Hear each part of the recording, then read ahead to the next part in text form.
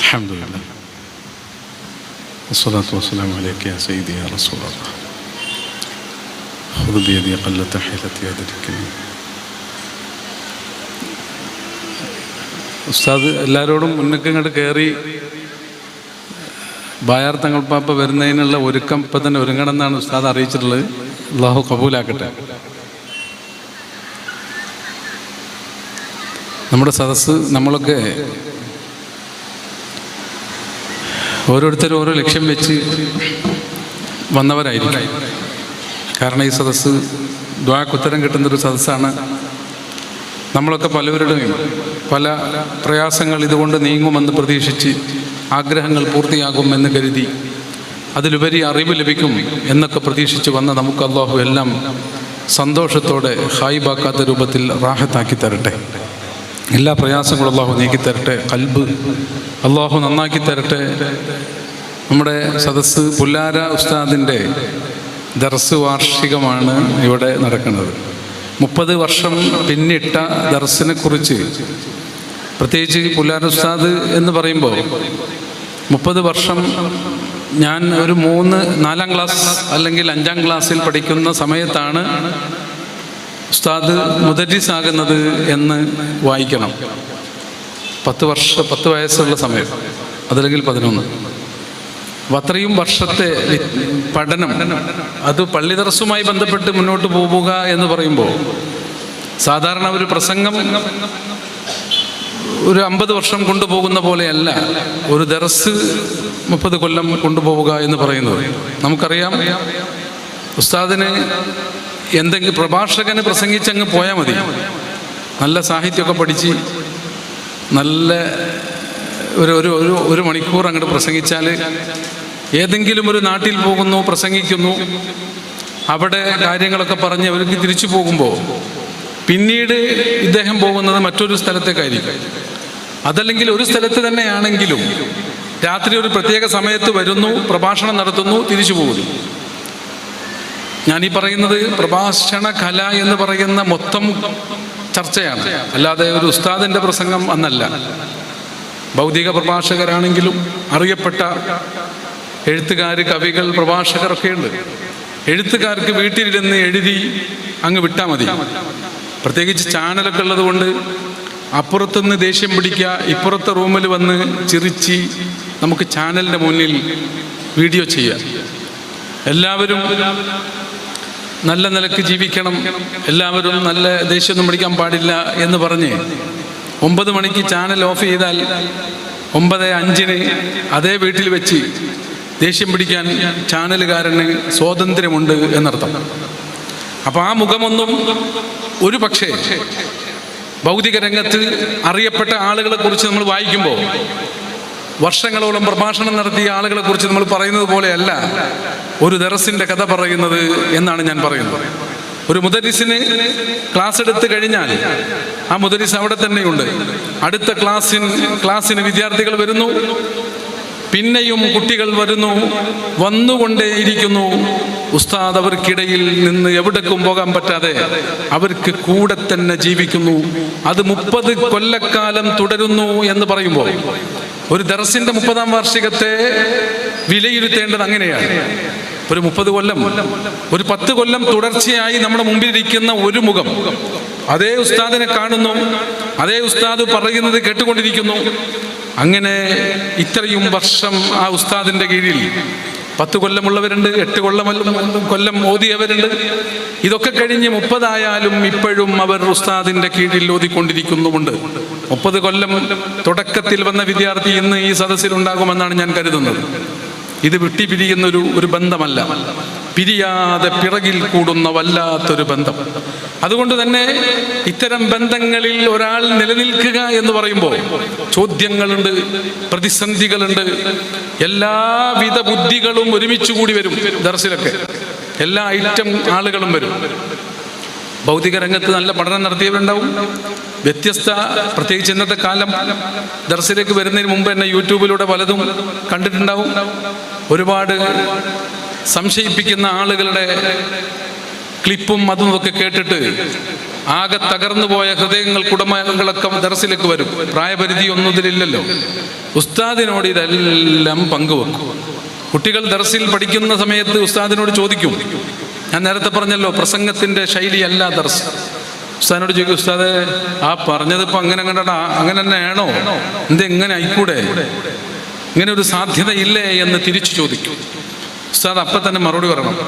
നിങ്ങൾ അറിയപ്പെട്ട ഭൗതിക രംഗത്തൊക്കെ അറിയപ്പെട്ട പ്രഭാഷകർക്ക് മുമ്പിൽ മൈക്കെടുത്ത് 1 മിനിറ്റ് സാർ പറഞ്ഞതിൽ ഒരു തിരുത്ത്, അതല്ലെങ്കിൽ എനിക്കൊരു ഡൗട്ടുണ്ട് എന്ന് പറഞ്ഞാൽ മിണ്ടരുത്, പ്രസംഗിക്കുന്ന സമയത്ത് സംസാരിക്കരുത് എന്ന് പറയും. എന്നാൽ ഉസ്താദിന് അങ്ങനെ പറയാൻ പറ്റില്ല. ഈ കുട്ടിക്ക് സംശയം തീർത്തു കൊടുക്കുക എന്നത് ആ ഉസ്താദിന്റെ ഉത്തരവാദിത്തമാണ്. തീർത്തു കൊടുത്തേ പറ്റൂ. അത് തീർന്നില്ലെങ്കിൽ വീണ്ടും ആ കുഞ്ഞന്റെ സംശയം അവിടെ ആവർത്തിച്ചു കൊണ്ടിരിക്കും. അതാണ് പള്ളി ദർസുകളുടെ മൊത്തത്തിലുള്ള സ്വഭാവം. അതെല്ലാം തീർത്തു കൊടുത്തത് കൊണ്ട് തന്നെയാണ് ഉസ്താദിന്റെ ദർസിലെ വിദ്യാർത്ഥികൾ, ഞാൻ പറഞ്ഞല്ലോ, എന്നെ സംബന്ധിച്ചിടത്തോളം മദ്രസ പഠനം നടത്തുന്ന സമയത്ത് തന്നെ അന്ന് തന്നെ ഉസ്താദ് സജീവമാണ്. 14 വയസ്സിൽ തന്നെ പ്രഭാഷകൻ എന്നറിയപ്പെട്ട 14 വയസ്സുകാരൻ ഇവിടെ പ്രസംഗിക്കുന്നു എന്ന് അന്ന് അനൗൺസ് ചെയ്തിരുന്ന ഒരു പ്രഭാഷകനും കൂടിയാണ് ഉസ്താദ്. രാത്രി സമയങ്ങളിൽ ഞാൻ ഈ പറഞ്ഞ പ്രഭാഷണ രംഗത്ത് വലിയ സ്ഥാനം, ആളുകളുടെ ഹൃദയത്തിൽ വലിയ ഇടം ഉസ്താദിനുണ്ട്. അതെല്ലാവർക്കും അറിയുന്ന സത്യമാണ്. പ്രഭാഷണത്തിലുള്ള മാർക്ക് നിശ്ചയിക്കുന്നത് തന്നെ പുതിയത് വല്ലതും പറയുന്ന പ്രഭാഷകന് ആളുകൾക്ക് വലിയ ഇഷ്ടമായിരിക്കും. പുതിയത് പറയാം. വിശുദ്ധ ഇസ്ലാമിനെ സംബന്ധിച്ചിടത്തോളം പുതിയതൊന്നും പറയാൻ പറ്റില്ലല്ലോ, പുതിയതില്ലല്ലോ. ഒക്കെ 1400 വർഷം പഴക്കമുള്ളതാണ്. എന്ത് പറഞ്ഞാലും അതാരെങ്കിലും എഴുതി വെച്ചിട്ടുണ്ടാവും, എവിടെയെങ്കിലും പറഞ്ഞിട്ടുണ്ടാവും. പറയാത്തതൊന്നും പറയാൻ പറ്റില്ല. അവിടെയാണ് മുസ്ലിം പണ്ഡിതർ, ഈ ഇസ്ലാമിക് ദഅവ രംഗത്ത് ജ്വലിച്ചു നിൽക്കുന്ന പണ്ഡിതർ, അവരെന്ത് പറയും, പുതിയത് കണ്ടെത്തിയതും ശാസ്ത്രമൊന്നും പറഞ്ഞിട്ട്. അപ്പം ഇന്ന് ഇത്തരം കഴിവ് കുറഞ്ഞ ആളുകൾ പിടിച്ചു നിൽക്കൽ, ഇന്നത്തെ എന്തെങ്കിലും വിഷയം ചർച്ചക്കിടും, ആർട്ടിഫിഷ്യൽ ഇൻ്റലിജൻസിനെ കുറിച്ച് ചർച്ച ചെയ്യും. അപ്പോൾ അതൊരു പുതിയ കണ്ടെത്തലാണ്. അല്ലെങ്കിൽ ഇന്നിപ്പോൾ പുതിയൊരു മൊബൈൽ ഇറങ്ങിയിട്ടുണ്ട്, ആ മൊബൈൽ നിങ്ങൾ എന്താ വിചാരിച്ചാൽ അതിൻ്റെ കോലങ്ങൾ കണ്ടുക്കണോ, നല്ല സുഖമാണ് പറയാം. കാരണം ഇന്നലെ ഇറങ്ങിയ മൊബൈലാണ്, അതിനെക്കുറിച്ചൊന്ന് പഠിക്കാൻ പറയാം. പക്ഷേ വിശുദ്ധ ഖുർആൻ, അന്ന് മുതൽ ഇന്നോളം ഓതപ്പെടുന്ന ഖുർആൻ, എല്ലാവരുടെ അരികിലുമുള്ള ഖുർആൻ, എല്ലാ പണ്ഡിതന്മാരും പറഞ്ഞുകൊണ്ടിരിക്കുന്ന ഖുർആൻ, വർഷങ്ങളായി മുഅ്മിനീങ്ങൾ വഅദിലൂടെ കേട്ടുകൊണ്ടിരിക്കുന്ന വിഷയങ്ങൾ, ഇത് തന്നെ ഒരു ഉസ്താദ് അവതരിപ്പിക്കുമ്പോൾ ആളുകൾ വീണ്ടും വീണ്ടും പറയുമ്പോൾ, ഇനിയും ഞങ്ങളുടെ നാട്ടിലേക്ക് വരണമെന്ന് പറഞ്ഞ് വിളിച്ചു കൊണ്ടുപോകുമ്പോൾ, മാസങ്ങളോളം ഒരൊറ്റ വേദിയിൽ മാറി മാറി പ്രസംഗിച്ചു കൊണ്ടിരിക്കുന്ന ഉസ്താദിൻ്റെ പ്രസംഗത്തിന് ജനങ്ങൾക്കിടയിൽ ഇടം കിട്ടിയതിൻ്റെ കാരണം, വിഷയം എത്ര ആവർത്തിച്ചു പറയുമ്പോഴും പുതിയ പുതിയ ശൈലിയിലും ചിന്തയിലും അത് അവതരിപ്പിക്കുക എന്നത് ഉസ്താദിൻ്റെ പ്രസംഗത്തിൽ നിന്ന് പുറത്തു നിന്ന് വായിക്കുന്ന ഒരാളെന്ന നിലക്ക് ഞാൻ മനസ്സിലാക്കിയതാണ് ഞാൻ പറയുന്നത്. ഉസ്താദ് ഒരു വിഷയം നമ്മൾ പ്രസംഗിച്ച അതേ കാര്യം തന്നെ ഉസ്താദ് പറയുമ്പോൾ അതിനൊരു കട്ടി വ്യത്യാസപ്പെടും, അതിൻ്റെ രൂപങ്ങൾക്കൊക്കെ മാറ്റം വരും. എന്ന് പറഞ്ഞാൽ ഹൃദയത്തിൽ നിന്ന് അത് അവതരിപ്പിക്കുക എന്നതാണ് ഉസ്താദിൻ്റെ പ്രസംഗത്തിൽ. നിങ്ങൾക്കൊക്കെ കേട്ടതാണ്, നിങ്ങൾക്കറിയുന്നതാണ്. പറയുന്നതിനെ ഉൾക്കൊണ്ടുകൊണ്ട് പിന്നെ ഹൃദയത്തിൽ നിന്ന് തിരിച്ചു വരുന്നൊരു വരവാണ് ഉസ്താദിൻ്റെ പ്രസംഗത്തിൻ്റെ പ്രത്യേകതയായി ഞാൻ കാണുന്നത്. അതുകൊണ്ട് തന്നെ ഒരു ദിവസവും ഒഴിവില്ലാതെ പ്രസംഗിക്കാൻ പോകും. തിരിച്ച് ദർസിൽ വന്ന് ദർസ് മുടങ്ങാതെ നടത്തുകയും ചെയ്യും. സുബ്ഹാനല്ലാഹ്, ഇതൊരു അത്ഭുത പ്രതിഭാസമാണ്, ഒരു സംശയവും അതിലില്ല. ഉസ്താദിൻ്റെ ചില പ്രകൃതികളൊക്കെ വലിയ കാലങ്ങളോളം ഒരു നാട്ടിൽ പിടിച്ചു നിൽക്കുന്ന സ്വഭാവം ഉസ്താദിന് ഇല്ല എന്നാണ് ഞാൻ മനസ്സിലാക്കുന്നത്. ഞാൻ വിചാരിച്ച ഏറ്റവും കൂടുതൽ ഇവിടെയാണ്. 8 കൊല്ലം ഉസ്താദ് നിന്നെന്നാണ് ഞാൻ കേട്ടത്. ഏറ്റവും കൂടുതൽ 40 കൊല്ലത്തെ ദർസ് നടത്തിയതിൻ്റെ ഇടയിൽ 30 കൊല്ലത്തെ സമയത്തിനിടയിൽ 8 വർഷം ഒരു പള്ളിയിൽ പിടിച്ചു നിന്നു എന്ന് മാറ്റിവെച്ചാൽ ഇവിടഞ്ഞ് അള്ളാഹു നിലനിർത്തട്ടെ റാഹത്തായിട്ട്, അത് ഉസ്താദിൻ്റെ ഒരു മൈൻഡ് കൂടിയാണ്. നമുക്ക് തുറന്ന് പറയണം. ഉസ്താദിൻ്റെ ദർസിൻ്റെ സംവിധാനങ്ങൾ ഞാൻ മനസ്സിലാക്കിയത് അങ്ങനെയാണ്. കാര്യങ്ങൾ വെട്ടി തുറന്ന് പറയണം.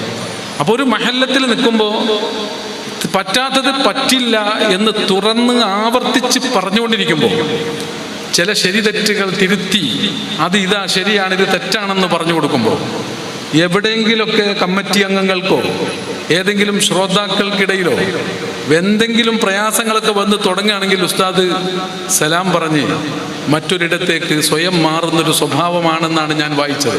പലയിടങ്ങളിൽ നിന്ന് ഉസ്താദിൻ്റെ കാരണം ചോദിക്കുമ്പോൾ നമ്മളെ സമയമായി, അപ്പം ഞാൻ മാറി എന്നാണ് പറയരുത്. അപ്പൊ സ്വയം തന്നെ ഒരു നാടിന്റെ പ്രശ്നങ്ങളൊന്നും അല്ല ഞാൻ പറയുന്നത്, മറ്റുള്ളവരിൽ നിന്ന് വ്യത്യസ്തമായി കാര്യം ഞാൻ നിൽക്കുന്നുണ്ടോ അവിടെ എനിക്ക് കാര്യം പറയണം, അതെൻ്റെ ഉത്തരവാദിത്തമാണ്, അത് ഞാൻ പറഞ്ഞിരിക്കും.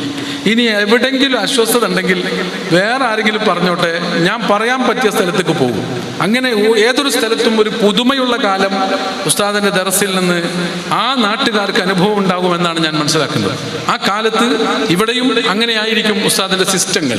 ഏതായാലും ഒരു 30 കൊല്ലം വിദ്യാർത്ഥികളെ ഇങ്ങനെ ഓരോ പോയിന്റുകൾ പറഞ്ഞ് ആ ഒരു സിസ്റ്റത്തിൽ നിലനിന്ന് പോവുക എന്ന് പറയുമ്പോൾ തന്നെ അതൊരു സർട്ടിഫിക്കറ്റാണ്, മറ്റൊരാൾക്കും ലഭിക്കാത്ത ഒരു അംഗീകാരമാണ്.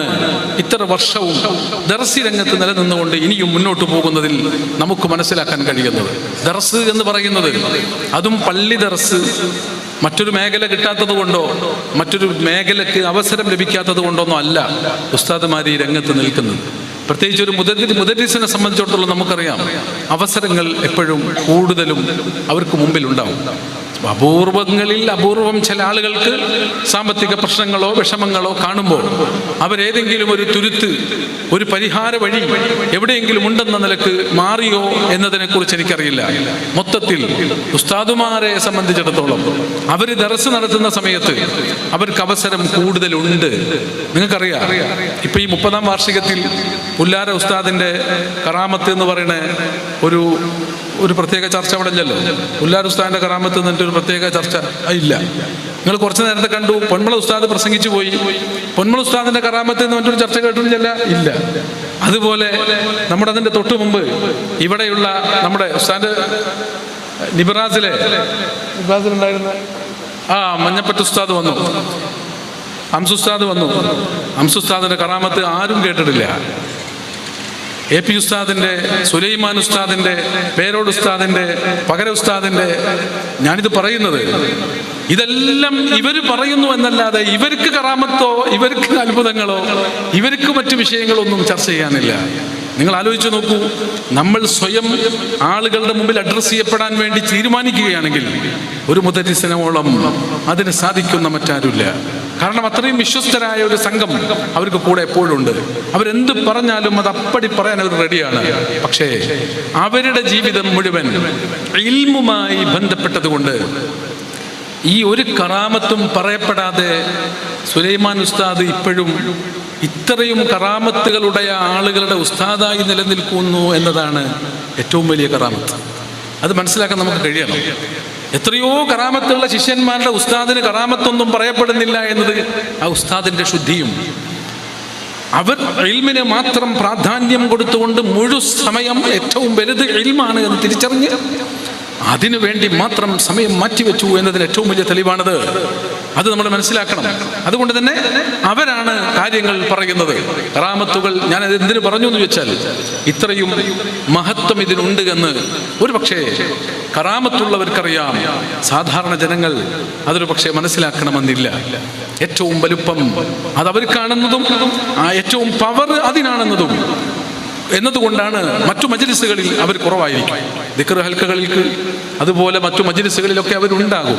പക്ഷേ ഒന്നുകിൽ ഉദ്ഘാടനത്തിന് അതല്ലെങ്കിൽ ചെറിയ സമയങ്ങളിൽ നിങ്ങളോടൊപ്പം ഉണ്ടാകും. ഉടനെ എഴുന്നേറ്റ് സമയം നഷ്ടപ്പെടാതെ ക്ലാസ്സിലേക്ക് അവർ തിരിച്ചു പോകും. ഇത് ഞാൻ പറയുന്നത് ഇങ്ങനത്തെ അത്ഭുതങ്ങൾ 24 മണിക്കൂറും കറാമത്ത് അനുഭവിച്ചുകൊണ്ടിരിക്കുന്നവരാണ് ഇൽമുമായി ബന്ധപ്പെടുന്ന ആളുകൾ. അതില്ലാതെ പോകുമ്പോൾ ദീനിന് മരണം സംഭവിക്കുകയാണ്. ഇസ്ലാം മരിച്ചു എന്ന് പറയുന്നത്, ദർസ് മരിക്കുമ്പോൾ മരിക്കുന്നത് ഇസ്ലാമാണ്, ദീനാണ്. ആലിമീങ്ങൾ ഇല്ലാതെയാകുമ്പോൾ നഷ്ടപ്പെടുന്നത് ലോകത്തിന്റെ ചൈതന്യമാണ്. മൗതുൽ ആലിമി മൗതുൽ ആലം. ഒരു മനുഷ്യൻ അറിവുള്ളവനാണെങ്കിൽ ആ നാട്ടിൽ അവനുള്ളപ്പോൾ പ്രകാശമുണ്ട്, അവൻ പോയാൽ പ്രകാശം പോവുകയാണ്. അപ്പോൾ ഇരുട്ടിൽ തപ്പുന്നവരെ വെളിച്ചത്തിലേക്ക് കൊണ്ടുവരുന്നവരാണ് അവർ. അറിവിന്റെ ലോകത്തേക്ക് ആളുകളെ ക്ഷണിക്കുന്നവരാണ് അവർ. ഒരു ആന അത് ചത്തുകിടക്കുമ്പോൾ ആനയുടെ തുമ്പിക്കൈയുടെ മുകളിൽ കയറി നമുക്ക് ഫോട്ടോ ഒക്കെ പോസ്റ്റ് ചെയ്യാൻ നല്ല രസമായിരിക്കും, ഒരു കുഴപ്പമില്ല. ആനയുടെ കൊമ്പുമ പിടിച്ചിട്ട് ഫോട്ടോ ഒക്കെ പോസ്റ്റ് ചെയ്യുക, പള്ളമ കയറി നിന്നിട്ട് ഉരുണ്ടിട്ട് വീഡിയോ എടുക്കുക. പക്ഷെ അതിൻ്റെ ഇടക്ക് ആന ചത്തു എന്ന് കരുതിയിട്ട് അതൊക്കെ ചെയ്യണത്. കുറച്ച് കഴിഞ്ഞപ്പോൾ മനസ്സിലായി ആന ഉറങ്ങാണ്, തുമ്പിക്കൈ ഇങ്ങനെ ഇളകണുണ്ട്. ആ നിമിഷം പള്ളയുടെ മുകളിൽ ഉരുണ്ട് കളിക്കുന്ന വിദ്യാർത്ഥികൾ പുറത്തേക്ക് ചാടി ഒരു ഓട്ടമോടുമെങ്കിൽ, ഇതാണ് ബിദ്അത്തിന്റെ അഹ്ലുകാർ. ഇങ്ങനെ കിടന്ന് ഒരു ദീൻ മലീമസമാക്കുന്ന സമയത്ത് ഒരു ആലിം അവിടെ പ്രത്യക്ഷപ്പെട്ടാൽ അതുപോലത്തെ അവസ്ഥയാണ് അവരുടെ പ്രകടമാകുക. അത് ശരി, ഇവിടെ ജീവൻ ഉണ്ടില്ലേ, ഇനിയിവിടെ നിൽക്കാൻ പറ്റൂല എന്നൊക്കെ അവർ ഓടിക്കളയും. അതുകൊണ്ട് തന്നെ ദർസിനെ അവർക്ക് ഇഷ്ടമില്ല. നമ്മുടെ ദർസിന്റെ മഹത്വം പറയുമ്പോൾ അതിനെ ഇഷ്ടപ്പെടാത്തൊരു സംഘം ഇവിടെയുണ്ട്. പലപ്പോഴും നമ്മൾ ചില ഭാഷകളൊക്കെ അതിനുവേണ്ടി പലരും ഉപയോഗിക്കാറുണ്ട്. അത് അറിഞ്ഞോ അറിയാതെയോ നമ്മളൊക്കെ കടെടുത്ത് പറയാറുണ്ട്. ഇന്നത്തെ കാലത്തിപ്പോൾ ഇതൊന്നും ഇപ്പോൾ ദർസൊന്നും ഇപ്പോൾ മുന്നോട്ട് പോകില്ല. അതിലെ ഒരു പ്രയോഗമായിട്ട് ഞാൻ വായിച്ചതാണത്.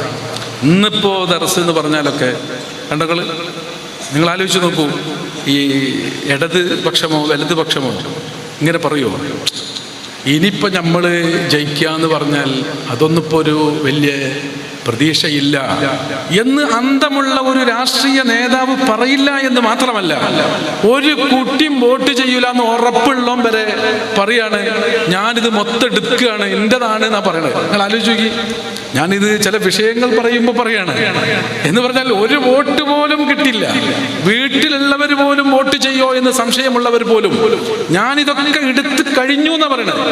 ആലോചിച്ച് നോക്കി, അതെന്തുകൊണ്ടാണത്? കാരണം പ്രതീക്ഷയില്ലെങ്കിൽ ഒരു കാര്യവും നിലനിൽക്കില്ല. പിന്നെന്തുകൊണ്ടാണ് അവരൊക്കെ അങ്ങനെ പറയുന്നു? രാഷ്ട്രീയക്കാരൻ മുഴുവൻ അങ്ങനെ പറയുന്നു. ഒരു ബിസിനസ്സുകാരൻ എന്താ പറയാ, ഒരു ബിസിനസ്സുകാരൻ നമ്മളിപ്പോ ഇങ്ങനെ മുന്നോട്ട് പോകേണ്ടതല്ലാതെ അല്ലാതെ ഇപ്പൊ നിലക്കൊന്നും തോന്നണില്ല എന്ന് പറഞ്ഞാൽ ഇൻവെസ്റ്റർമാരൊക്കെ പിരിഞ്ഞു പോകും, ഫണ്ട് തിരിച്ചു ചോദിക്കും, കമ്പനിയിലേക്ക് ആൾക്കാർ പോകാതാവും. നമ്മളെ പ്രൊഡക്റ്റ് ഒന്നും ഇപ്പോ എന്താ പറയാ, ഇന്നത്തെ കാലത്ത് ഇപ്പൊ നമ്മളെ പ്രൊഡക്റ്റിനൊന്നും വലിയൊരു അത് ശരി. അപ്പൊ പിന്നെ നാളെ മുതൽ നമുക്കത് വാങ്ങണ്ട, ആ കട നാളെ മറ്റന്നാൾ പൂട്ടാനാണ് സാധ്യത. ഇതല്ലേ ഇതിന്റെ ഭാഷ, ഇതിന്റെ ധ്വനി? എന്തുകൊണ്ടാണാവോ അവരാരും പൊളിയാനായ സമയത്ത് പോലും ഞങ്ങളിതാ പറക്കുന്നു വളരുന്നു എന്ന് വിളിച്ചു പറയുമ്പോഴും നമ്മൾ ദർസ് രംഗത്തുള്ള ചില ഭാഷകൾ തിരുത്തേണ്ടതുണ്ടോ എന്ന് തോന്നിയത് കൊണ്ടാണ് ഞാൻ പറയുന്നത്. ദർസ് ഇപ്പം ഇന്നത്തെ കാലത്തൊക്കെ എന്ന് പറഞ്ഞാൽ ഇന്നത്തെ കാലത്ത് തന്നെയല്ലേ ഞാൻ പ്രസംഗിക്കണത്, ഈ സമയത്ത് തന്നെയല്ലേ നിങ്ങളൊക്കെ കേൾക്കണത്. ഈ പണ്ഡിതന്മാരെ മുഴുവനും 30 കൊല്ലം വാർത്തെടുത്തത് ഈ സമയത്ത് തന്നെയല്ലേ. പിന്നെ എന്തുകൊണ്ടാണാവോ അങ്ങനെ ഒരു ഭാഷ വരുന്നത്? അതിൽ ആരോ ഇങ്ങനെയൊക്കെ പറഞ്ഞ് ആളുകളിലേക്ക് എഴുതിയും പറഞ്ഞും വിടും. ഇത് ഒന്നും ചിന്തിക്കാത്ത ആളുകൾ ഇതിൻ്റെ ഗൗരവം അറിയാതെ അത് ആവർത്തിച്ചു പറയും. അപ്പം അതൊന്ന് തിരുത്തുക എന്നതിന് വേണ്ടിയാണ് ഞാൻ ഈ വേദിയിൽ അത് പറഞ്ഞത്. വിദ്യാർത്ഥികൾ ഒരിക്കലും പറയരുത് ദർസ് രംഗത്ത് ഇപ്പൊ ദർസ് രംഗം എന്ന് പറഞ്ഞാൽ ഇപ്പം ദർസ് രംഗം എന്ന് പറഞ്ഞാൽ ഭയങ്കര സംഭവമാണ്. മാഷാ അല്ലാഹ്, ഒരുപാട് ഓപ്പർച്യൂണിറ്റി ഉള്ള, ഇത്രയും അവസരമുള്ള ഇത്ര വലിയൊരു സംഭവം വേറെ ഈ കാലത്താണ് പ്രത്യേകിച്ച് ദർസ് എന്ന് പറഞ്ഞ സംഭവമാണ്. പണ്ടൊന്നും അങ്ങനല്ല, ഇപ്പോഴാണ് ദർസിന് പവറും സ്ഥാനമൊക്കെ ഉള്ളത്. കാരണം നിങ്ങൾക്ക് മനസ്സിലാവുമല്ലോ, ഇപ്പൊ എല്ലാവരും ഭൗതിക രംഗത്ത് ഓടി ഇപ്പൊ ബേജാറിലുള്ളത്. രഹസ്യമൊക്കെ പൊളിയോ, നമ്മൾ സീക്രറ്റ് ഒക്കെ പോവോ? ഇപ്പോൾ ആർട്ടിഫിഷ്യൽ ഇന്റലിജൻസ് വന്നു കഴിഞ്ഞാൽ നമ്മുടെ നാട്ടിൽ എന്തൊക്കെ സംഭവിക്കും എന്നുള്ള ആശങ്കയിലാണ് ആളുകൾ. എന്ന് പറഞ്ഞാൽ ഒന്നും ചെയ്യാൻ പറ്റില്ല. നമ്മളെ പോലെ മറ്റൊരാൾ നമ്മളുടെ അതേ കോലത്തിൽ നമ്മൾ പറയേണ്ട അതേ വിഷയം വേറെ ആൾ പറയാ. അപ്പൊ പിന്നെ ഇവിടെ എങ്ങനെ വിശ്വസിക്കും, എങ്ങനെ ഉറപ്പിക്കും, എങ്ങനെ ധൈര്യപ്പെടും? നമ്മൾ അറിവ് ഭയങ്കര എന്ന് പറഞ്ഞിട്ട് മിക്കവാറും അടിയടക്കാനുള്ള എല്ലാ സാധ്യതയുണ്ട് ഇവരുടെ ഇടയിൽ തന്നെ. ഇവരിത് കണ്ടെത്തുന്ന സമയത്ത് തന്നെ ആശങ്കകൾ നിറഞ്ഞു നിൽക്കുന്ന കണ്ടെത്തലുകളാണ് ഇതെല്ലാം. ഒരു മനുഷ്യന് പലതും ചെയ്യാൻ കഴിയും, പക്ഷെ ഈ ചെയ്യാൻ കഴിയണതൊക്കെ മനുഷ്യൻ ചെയ്യണമെന്നില്ല. ചെയ്യാൻ കഴിയണതൊക്കെ ചെയ്യുക, എന്നിട്ട് അതൊക്കെ നവോത്ഥാനത്തിന്റെ പട്ടികയിൽ എഴുതുക എന്ന് പറഞ്ഞാൽ അതെന്തൊരു വിഡിത്തമാണ്. ഒരു മനുഷ്യന് കാട്ടിക്ക് ഓടി അങ്ങോട്ട് പോകാൻ പറ്റും, എന്നിട്ട് കാട്ടിന്ന് ഒന്നും പറ്റാതെ അങ്ങോട്ട് വരാനും പറ്റും, സിംഹത്തിന്റെ മുന്നിൽ കുടുങ്ങാനും പറ്റും. അപ്പൊ ഒരാള് ഓടി അങ്ങനെ പോവാണ്. അപ്പൊ എല്ലാരും പറയാണ് മാഷാ അല്ലാഹ് ഭയങ്കര സംഭവമാണ്. ഒന്നാര ചങ്ങായി അത് പുലിന്റെ മുന്നിൽ പോയി പെട്ട കുടുങ്ങൂലേ? അല്ല, എനിക്ക് കഴിയുമെന്ന് പറഞ്ഞാൽ അതിന്റെ ആഖിബത്ത് എന്താണെന്ന് ചിന്തിക്കാതെ കഴിയുന്നതെല്ലാം ചെയ്യാൻ പാടില്ല. ആഖിബത്ത് എന്താണെന്ന് തിരിച്ചറിയണ്ടേ? ഇപ്പോൾ എന്താ പറയണത്, നമ്മളെ പോലത്തെ മറ്റൊരു വേൾഡ് ഇവിടെ ഉണ്ടാകാൻ പോവാണ്. അപ്പൊ ഞാനിവിടെ പ്രസംഗിക്കുകയാണെങ്കിൽ എനിക്ക് വരണ്ട, എനിക്ക് വീട്ടിലിരുന്നാൽ മതി. അവിടെ എന്റെ പ്രസംഗം അവിടെ നടക്കും, കേൾക്കാൻ നിങ്ങളും വരണ്ട. നിങ്ങളെ പോലത്തെ ആൾക്കാർ വേറെ വരും. അങ്ങനെ ഒരു പ്രത്യേക ലോകം അവിടെ വന്ന് ഇതെല്ലാം നടക്കുന്നാണ് പറഞ്ഞത്. ഇതെല്ലാം ഓപ്പണാണ്. ഒന്ന് മാത്രമേ പറയാനുള്ളൂ, ആർക്കും ഒന്നിനെയും വിശ്വസിക്കാൻ പറ്റാത്ത കാലം വരുമ്പോ ഇതിനൊക്കെ തുടക്കം കുറിച്ചവർ ഞാനൊരു സംഭവമാണെന്ന് കരുതരുത്. മനുഷ്യൻ ഒരു കണ്ടെത്തൽ നടത്തി, അത് വിജയിക്കുമ്പോൾ ചിലപ്പോൾ മരിക്കും. ഒരു കണ്ടെത്തൽ ഭയങ്കര കണ്ടെത്തലാണ്. ഒരു പുതിയ ബോംബ് ഞാൻ കണ്ടെത്തുകയാണെന്ന് പറഞ്ഞ് ഒരാൾ കണ്ടെത്തുകയാണ്. ഈ കണ്ടെത്തിയ ബോംബിന്റെ പ്രത്യേകത എന്താ വെച്ചാൽ, ഇതൊന്ന് മോളിൽ കണ്ടിട്ട് കഴിഞ്ഞാൽ 100 ആൾ മരിക്കും. ഇയാൾ ഈ ബോംബ് കണ്ടെത്തി, അയാളെ വീട്ടിൽ തന്നെ അത് പരിശോധിച്ച് അയാൾ ജയിച്ച്. അയാളെങ്ങനെ ജയിക്കല്? അയാൾ ജയിക്കണമെങ്കിൽ 100 ആൾ മരിക്കണം. അപ്പോ പിൽക്കാലത്ത് എഴുതും, സ്വന്തം ജീവൻ കളഞ്ഞുകൊണ്ട് അദ്ദേഹം അത് കണ്ടെത്തി. ഒരു കവിതയൊക്കെ വരും, അതിനെപ്പറ്റി പാട്ടുകൾ വരും. അത് ഭയങ്കര ഒരു സംഭവമായി മാറും. മോനെ, നീ മരിക്കും, നീ ജയിക്കുമെങ്കിലും നീ മരിക്കും. അപ്പൊ മനുഷ്യൻ കണ്ടെത്തി വിജയിക്കുക എന്ന് പറയുന്നത് ബുദ്ധിയല്ല, അവനെ തന്നെ തകർക്കുന്ന ഇത്തരം കണ്ടെത്തലുകളിലേക്ക് സഞ്ചരിച്ചു കൊണ്ടിരിക്കുമ്പോൾ അതൊക്കെ വലിയ അത്ഭുതമായി കണ്ട് നമ്മുടെ കുട്ടികളും അത് പഠിക്കട്ടെ, നമ്മളെല്ലാം അതിൻ്റെ ആളുകളാവട്ടെ. അതൊക്കെ അറിയണം, അതൊക്കെ പഠിക്കണം. അതിനൊന്നും നമ്മൾ എതിരല്ല. ഞാൻ പറയുന്നത് അത് വലിയൊരു സംഭവമായിട്ട് അവതരിപ്പിക്കും. ഇവിടെ ഈ സംശയത്തിന് മറുപടിയില്ല. ഭാര്യയ്ക്ക് ഭർത്താവിനെ വിശ്വസിക്കാൻ ഒരു രക്ഷയില്ല. ഭർത്താവിന് ഭാര്യയെ ഉറപ്പിക്കാൻ പറ്റില്ല. പരസ്പരം നമുക്കിടയിലുള്ള രഹസ്യങ്ങളൊക്കെ പൊളിയോ ഇന്ന് ആശങ്കയിലാണ് അവർ. ഇതെല്ലാം വന്നു കഴിഞ്ഞാൽ പിന്നെ മൊത്തം പോയില്ലേ ഉസ്താദേ? ഒരൊറ്റ മറുപടിയാണ് അവിടെ ഉള്ളത്. അവനെ ഇവിടെ നിന്ന് കാണാം. ഏതെങ്കിലും മനുഷ്യർ ഇതിങ്ങനെ പ്രവർത്തിച്ചുകൊണ്ടിരിക്കുകയാണ്. പുതിയ സോഫ്റ്റ്വെയറുകൾ കണ്ടെത്തും. അതിനെ പൊളിക്കാൻ, പുതിയ പാസ്വേഡുകൾ തകർക്കാൻ ഒക്കെ ആളുകൾ കണ്ടെത്തലുകൾ നടത്തും. ഒരാൾക്കും മറ്റൊരാളെ വിശ്വസിക്കാൻ പറ്റാത്ത സമയം വരും. ഈ സമയത്ത് മറ്റൊരുത്തൻ്റെ കുറവുകളെ എത്തിപ്പാളി നോക്കരുതെന്ന് പറഞ്ഞ ഹബീബ് റസൂലുള്ളാഹി സ്വല്ലല്ലാഹു അലൈഹി വസല്ലമ തങ്ങളിൽ വിശ്വാസമുള്ള, ആ വിശ്വാസം മനസ്സിൽ ഉറപ്പിച്ച, ഇത് നശ്വരമായ ലോകമാണെന്ന് പഠിപ്പിച്ചു കൊടുത്ത, ഇത് കഴിഞ്ഞാൽ ഇനിയൊരു ലോകം വരാനുണ്ട്, ഏത് കണ്ടെത്തലുകളിലും ഹറാമുമുണ്ട് ഹലാലുമുണ്ട്, മറ്റൊരുത്തൻ്റെ രഹസ്യങ്ങളിലേക്ക് നമ്മൾ കൈവെക്കരുത്, നാളെ റബ്ബിൻ്റെ മുമ്പിൽ ചോദ്യം വരുമെന്ന വിശ്വാസരംഗം ഹൃദയത്തിൽ ഊട്ടിയുറപ്പിക്കൽ, കുടുംബത്തിൻ്റെ ഭദ്രതയ്ക്ക് ആവശ്യമായി വരുന്ന ഭൗതിക രംഗത്ത് തന്നെ എല്ലാവരും സമ്മതിക്കുന്ന രംഗം വരെയാണ്. ഞാൻ പറയുന്നത് യുക്തിവാദികൾ വരെ മതം പറയാൻ തുടങ്ങാൻ സാധ്യതയുണ്ട് എന്നാണ്.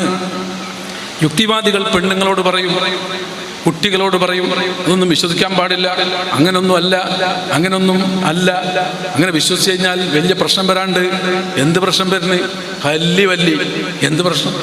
ഈ ദുനിയാവ് അടിച്ചിട്ട് പൊളിക്കുക. എന്ത് വന്നാൽ ശരി, ഓനെ ഞാൻ മനസ്സിലാക്കും, വരെ ഞാൻ മനസ്സിലാക്കും. എല്ലാ രഹസ്യങ്ങളിലേക്കും ഇറങ്ങാൻ പറ്റും, എന്തും കണ്ടെത്താൻ പറ്റും, എന്തും പിടിക്കാൻ പറ്റും എന്നാണ് ഇപ്പൊ കണ്ടെത്തലിന്റെ എത്രത്തോളം മനുഷ്യനെ വെല്ലുന്ന കണ്ടെത്തലുകൾ വരുന്നു. അപ്പോൾ മനുഷ്യൻ പിന്നെ വലുതാവുമോ എന്ന് വരെ ഇപ്പൊ ചോദിച്ചു തുടങ്ങി. അതും ഒരു മനുഷ്യനാണ് ചോദിക്കണം. നിങ്ങൾ ആലോചിക്കാൻ, ഒരു മനുഷ്യൻ പലതും കണ്ടെത്തിയപ്പോൾ ആ കണ്ടെത്തിയത് മനുഷ്യനേക്കാൾ വലുതായി എന്ന് പറഞ്ഞാൽ അതിനെ മുഴുവൻ കണ്ടെത്തിയത് മനുഷ്യനാണെന്ന് പറഞ്ഞിട്ടാണ് ഈ പറയണത്. അതും മനുഷ്യ കോലത്തിൽ നിന്നുകൊണ്ട് ഇത് അവതരിപ്പിക്കുമ്പോൾ എന്തൊരു അത്ഭുതമാണിത്.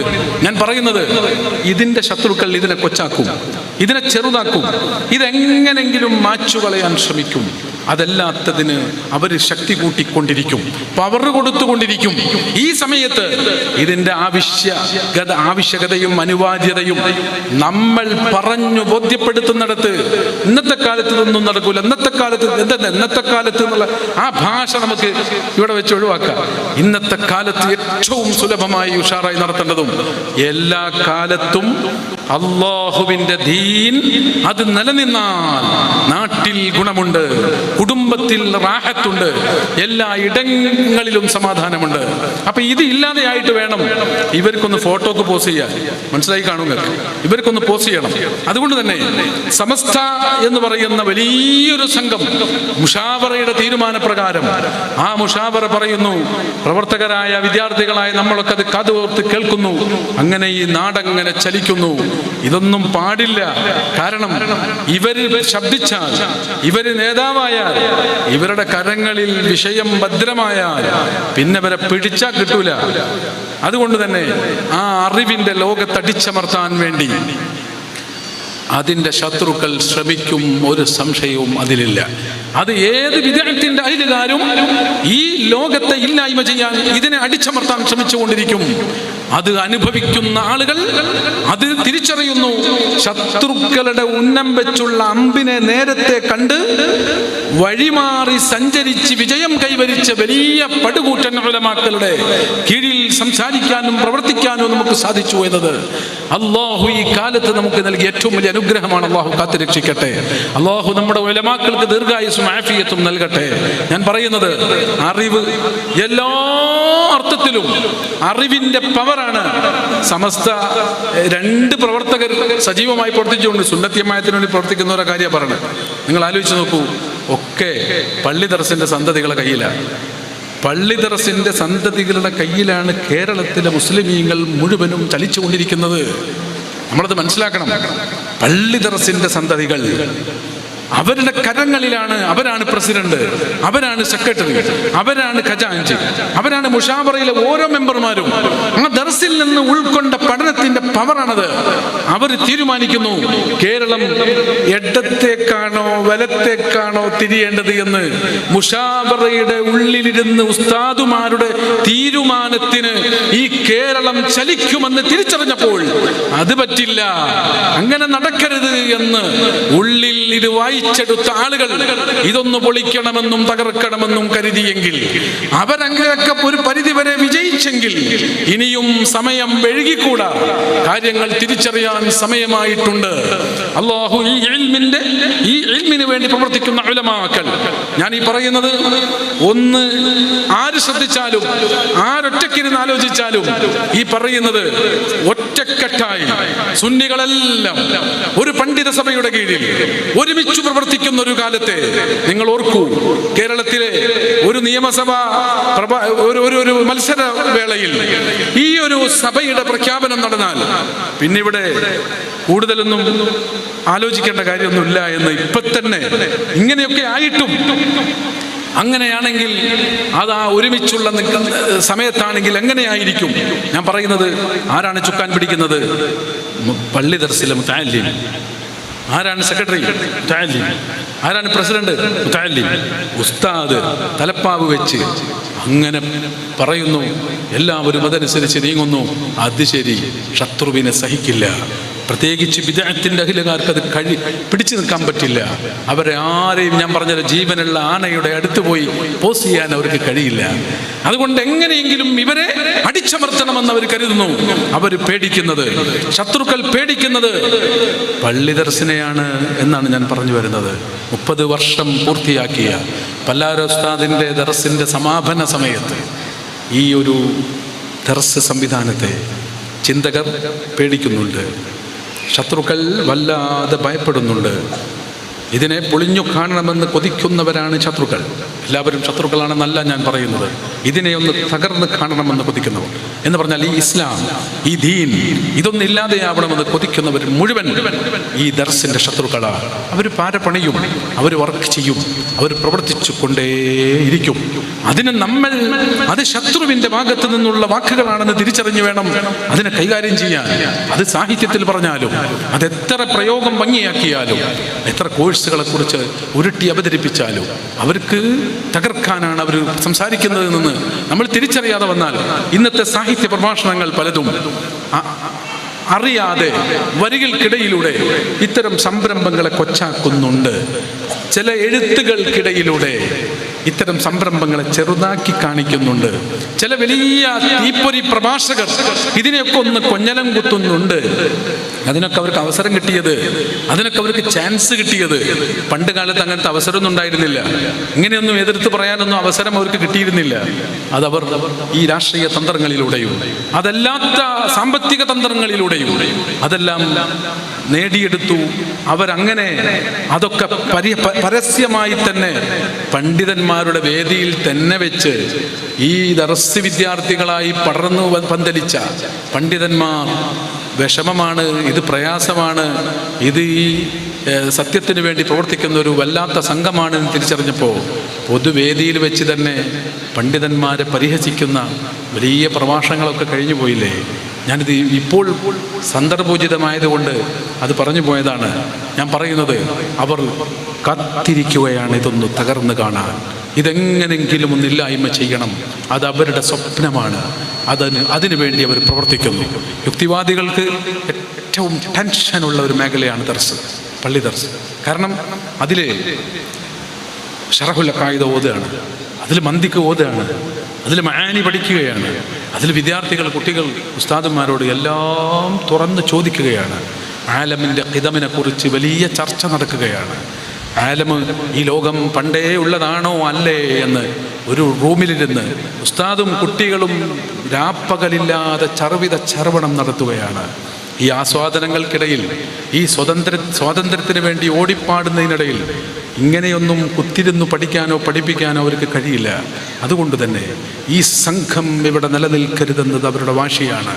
ഇതിങ്ങനെ വളർന്നു പോയാൽ, ഈ സംഘം ഇങ്ങനെ ഒരുമിച്ചിരുന്ന് ഇത്തരം ചർച്ചകൾ ആഴത്തിലിറങ്ങി ചർച്ച ചെയ്തു തുടങ്ങിയാൽ നമ്മുടെ അടിവേരിളകുമെന്നത് അവർ തിരിച്ചറിഞ്ഞിട്ടുണ്ട്. അതവർ പറഞ്ഞാലുമില്ലെങ്കിലും. അതുകൊണ്ട് തന്നെ പലപ്പോഴും പരിഹാസങ്ങൾ കൂടുതലും പള്ളി ദർസിനെതിരെ പരിഹാസങ്ങൾ കൂടുതൽ വരും. അങ്ങനെ കൊഞ്ഞലം കുത്താൻ വേണ്ടി മാത്രം ചാനലുകൾ പ്രവർത്തിക്കും. ചിലപ്പോഴൊക്കെ തോന്നും ഈ യുക്തി സംഘങ്ങൾക്ക് അതിൻ്റെ ഇടയിൽ പ്രവർത്തിക്കുന്ന ചില ആളുകളൊക്കെ ഒരു പ്രത്യേക പോയിന്റ് ഫോക്കസ് ചെയ്തുകൊണ്ട് സംസാരിക്കുന്നതായിട്ട് തോന്നും. ചിലപ്പോൾ ബോറ് തോന്നും. എന്തിനാണ് ഈ സമയത്ത് അത് പറഞ്ഞതെന്ന് തോന്നും.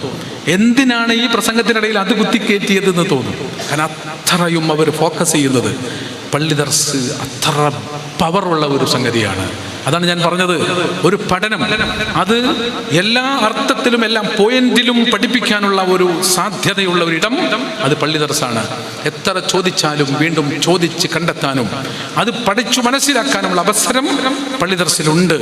അതൊരു നിമിഷത്തെ, ഒരു മണിക്കൂറത്തെ ഒരു പ്രഭാഷണം പോലെ ഒരിക്കലുമല്ല, ഒരു കാരണവശാലുമല്ല. ഇവിടെ ഒരു പ്രസംഗം നടന്നാൽ, ഇവിടെ ഒരു അരമണിക്കൂർ, ഒരു മണിക്കൂർ വലിയൊരു ചിന്തകമെന്ന് പ്രസംഗിച്ചാൽ പള്ളി ദർസിന്റെ പണി എന്താ? ഈ പ്രസംഗത്തെ പൊളിച്ചെഴുതലാണ്. ഇദ്ദേഹം ഒരു മണിക്കൂർ പ്രസംഗിച്ചിട്ടുണ്ടെങ്കിൽ അതൊരു ദിവസത്തെ ചർച്ചയാണ് ദർസിൽ. ആ പ്രസംഗത്തിലെ ഇന്ന പ്രയോഗം എന്തിനെ ഫോക്കസ് ചെയ്യുന്നു, ആ പ്രസംഗത്തിൽ ഇന്ന പ്രയോഗം എന്തിനു വേണ്ടി പ്രയോഗിച്ചു എന്ന് തിരിച്ചറിയാൻ അവർക്ക് കഴിയും. അതുകൊണ്ടാണ് കേരളത്തിന്റെ രാഷ്ട്രീയ മേഖലകളിലും അല്ലാത്ത വേദികളിലും കാര്യങ്ങളെ വേണ്ടതുപോലെ വായിക്കാൻ പള്ളി ദർസ് സന്തതികൾക്ക് സാധിച്ചത്. പഠനം അത് ഏതെങ്കിലും ഒരു മേഖലയിൽ പഠിച്ചവൻ ഏത് മേഖലയിൽ ഇറങ്ങിയാലും അവന്റെ പ്രത്യേകത അവിടെ ഉണ്ടാകും. പള്ളി ദർസിന്റെ സന്തതികൾ. അതുകൊണ്ടാണ് ഉസ്താദ് അവറുകളുടെ സുൽത്താനുൽ ഉലമ കന്തപുരം ഉസ്താദ് ഹഫിദഹുല്ലാഹു വറഅ, അല്ലാഹു അവിടുത്തെ തണൽ നമുക്ക് ഏറ്റിത്തരട്ടെ. എന്തുകൊണ്ടാണ് അവിടുത്തെ പ്രഖ്യാപനങ്ങൾക്ക് ഒരു മാറ്റം വരുന്നത്? വരികളെ വായിക്കാൻ പഠിച്ചവരാണ് പള്ളി ദർസിലെ വിദ്യാർത്ഥികൾ.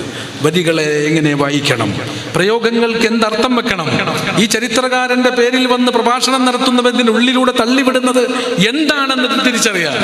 ഈ ഉള്ളിലൂടെ കടത്തിവിടുന്നത് എന്താണ്, ഇവരുടെ പ്രസംഗത്തിന്റെ ശൈലിയിൽ എന്തെല്ലാം ഉൾക്കൊണ്ടിട്ടുണ്ട് എന്ന് അന്ന് AP ഉസ്താദിന് പ്രസംഗം കേട്ടപ്പോൾ തിരിച്ചറിയാൻ കഴിഞ്ഞത് ദർസിന്റെ പഠന രീതി അങ്ങനെയാണ്. ഒരു പദവും വെറുതെ വിടൂല, ഒരു ജുംലയും അങ്ങ് വിട്ടേക്കില്ല. അതും എന്തിനു വന്നു, എങ്ങനെ വന്നു, ഈ ഘടനയുടെ അർത്ഥം എന്താണ്, ഇത് അവിടെ എന്തിനു പറഞ്ഞു എന്ന് ചർച്ച ചെയ്യുന്ന സ്വഭാവം പള്ളി ദർസിലുണ്ട്. ഞാൻ പറയുന്നത് ജസ്റ്റ് ദർസിൽ അങ്ങ് പഠിച്ച കുട്ടിക്ക് തന്നെ എന്തുകൊണ്ടാണ് ആവോ എല്ലാ ഘട്ടങ്ങളിലും ഇത്രയും പവർ ലഭിക്കുന്നത്? ഇത്ര വലിയൊരു സംഘാടകനെ കേരളത്തിന് പറയാനില്ല. രാഷ്ട്രീയ രംഗത്ത് ഇത്ര വലിയൊരു അഭിപ്രായം പറയാൻ പറ്റിയ ആളെ കിട്ടുന്നില്ല. പ്രതിസന്ധികളെ തരണം ചെയ്യാൻ ഇത്രമേൽ ഹിമ്മത്തുള്ള ഒരു റജുലിനെ കേരളത്തിന് വായിക്കാൻ സാധിക്കുന്നില്ല. ഈ അടുത്ത കാലത്ത് ആര് പറയുമ്പോഴും ഇത്രമേൽ പ്രതിസന്ധികൾ, പരിസരം മുഴുവനും എതിരെ നിന്നുകൊണ്ട് ഉറക്കെ കൂക്കി വിളിച്ചപ്പോഴും നെഞ്ചു വിരിച്ചിറങ്ങി പുറപ്പെട്ട് ആ പുഞ്ചിരിക്കുന്ന മുഖത്തോടെ രംഗത്തിറങ്ങാൻ പ്രാക്ടീസ് ലഭിച്ചത്, ആ ഹിമ്മത്ത് ലഭിച്ചത് പള്ളി ദർസിന്റെ സന്തതിക്ക് ഉസ്താദുമാരിൽ നിന്ന് ലഭിച്ചതാണ്. ഒരു നാട്ടിൽ പ്രശ്നങ്ങൾ ഉണ്ടാകുമ്പോൾ ആ നാട്ടിലെ പ്രശ്നങ്ങളുടെ മസ്ലഹത്ത് ചെയ്യുന്ന പരിഹാരം മസ്ലഹത്താക്കുന്നത് ആരാണ്? ഉസ്താദാണ്. പള്ളിയിലെ ഉസ്താദ്. നാട്ടിൽ ചില പ്രശ്നങ്ങൾ ഉണ്ടാവും, രണ്ട് ടീമും തമ്മിൽ വലിയ കോലാഹലങ്ങൾ നടക്കും. ഇതിനിടയിൽ പുല്ലാര ഉസ്താദ് ഇടപെടുന്നു, ആ പ്രശ്നങ്ങൾ പരിഹരിക്കുന്നു. ചുറ്റും നോക്കി നിന്നുകൊണ്ട് വിദ്യാർത്ഥികൾ അത് കാണുന്നു. അതിന്റെ ശേഷം അതിനോട് ബന്ധപ്പെട്ട് തുടങ്ങുന്ന പ്രശ്നങ്ങൾ തുടരുന്നു. അതിലെല്ലാം ഉസ്താദിന്റെ പ്രസംഗങ്ങളിലും നയങ്ങളിലൂടെയും അതിനെ തീരുമാനമാക്കുന്നത് കുട്ടികൾ അനുഭവിക്കുന്നു. ഇത്ര രൂപത്തിൽ ഒരു കുട്ടിയെ വളർത്തി വളർത്തി വളർത്തി വളർത്തിയെടുത്തതിന്റെ പവറാണ് ഇന്ന് കേരളത്തിലെ സുന്നികൾ എന്ന് പറഞ്ഞാൽ യഥാർത്ഥ മുസ്ലിമീങ്ങൾ. ആ അഹ്ലു സുന്നയുടെ പ്രവർത്തകർ എല്ലാം പള്ളി ദർസിന്റെ സന്തതികളുടെ കരങ്ങളിൽ ഭദ്രമാണ്. അത് പൊളിച്ചെഴുതാൻ ശത്രുക്കൾ എതിരെ കളിയും പ്രവർത്തനങ്ങളുമായി ഇറങ്ങുമ്പോൾ സുന്നത്ത് ജമാഅത്തിന്റെ ചുണക്കുട്ടികളായ പ്രബോധകർ, പ്രവർത്തകർ നമ്മൾ ശക്തമായി ഇത്തരം സംവിധാനങ്ങളെ ഊട്ടിയുറപ്പിക്കുന്നതിനുള്ള പ്രവർത്തനങ്ങളിൽ നമ്മൾ വ്യാപൃതരാവണം. അള്ളാഹു തൗഫീഖ് നൽകട്ടെ, അള്ളാഹു ഖൽബ് നന്നാക്കി തരട്ടെ. ഒരൊറ്റ ലക്ഷ്യം വെച്ചുകൊണ്ട്, അത് മരണത്തിന്റെ ശേഷമുള്ള ലക്ഷ്യവുമായതുകൊണ്ട് നമ്മെ സംബന്ധിച്ചിടത്തോളം ഉസ്താദുമാർക്ക് പേടിയില്ല. ഉസ്താദുമാരെ പറ്റി എങ്ങനെ പറയണമെന്നറിയില്ല. ഇങ്ങനെ വേണമെങ്കിൽ ഉസ്താദുമാരൊക്കെ പാവങ്ങളാ. ഉസ്താദുമാർ വലിയ പൈസക്കാരും വലിയ സെറ്റപ്പുള്ളവരൊന്നും അല്ല, പക്ഷേ ഭയങ്കര ധൈര്യമുള്ള പാവങ്ങളാ. അങ്ങനെ ഒന്നെങ്കിൽ പറയാൻ പറ്റുമെന്ന് എനിക്ക് തോന്നുന്നു. ഭയങ്കര ധൈര്യമുള്ള പാവം. ഒരു പാവാണ്, പക്ഷെ ഭയങ്കര ധൈര്യമാണ്. മറ്റാള് പാവല്ല, ഭയങ്കര പൈസയാണ്, ഭയങ്കര പേടിയാണ്. അങ്ങനെ ഉണ്ട്. ചില ആളെടുത്ത് നല്ല പൈസ ഉണ്ട്, പക്ഷെ അതിനേക്കാൾ വലിയ പേടിയുണ്ട്. എന്നാ ഉസ്താദുമാര് പൈസ ഒന്നുമില്ല, പക്ഷെ മൂപ്പര് പണ്ടാര പറഞ്ഞ മാതിരി കാരണം ധൈര്യമാണ്. അത് ഇവിടെ കേരളത്തിൽ ആരെങ്കിലുമൊക്കെ അവിടുന്നും ഇവിടുന്നും വന്ന് എന്തെങ്കിലുമൊക്കെ പ്രസംഗിച്ചാൽ ഇറങ്ങിപ്പോകാൻ പറയാൻ ഒരു പേടിയില്ലാത്തൊരു മൊയ്ലിയാര്, ഇതെന്ത് ധൈര്യമാണ് റബ്ബേ എന്ന് പുറത്തു നിന്ന് ആളുകൾ വായിക്കുന്നു. ഒരു പേടിയുമില്ല. പൈസയും മറ്റൊക്കെ അവിടെയും ഇവിടെയുമാണെങ്കിലും പള്ളി ദർസിന്റെ സിസ്റ്റം അങ്ങനെയാണ്.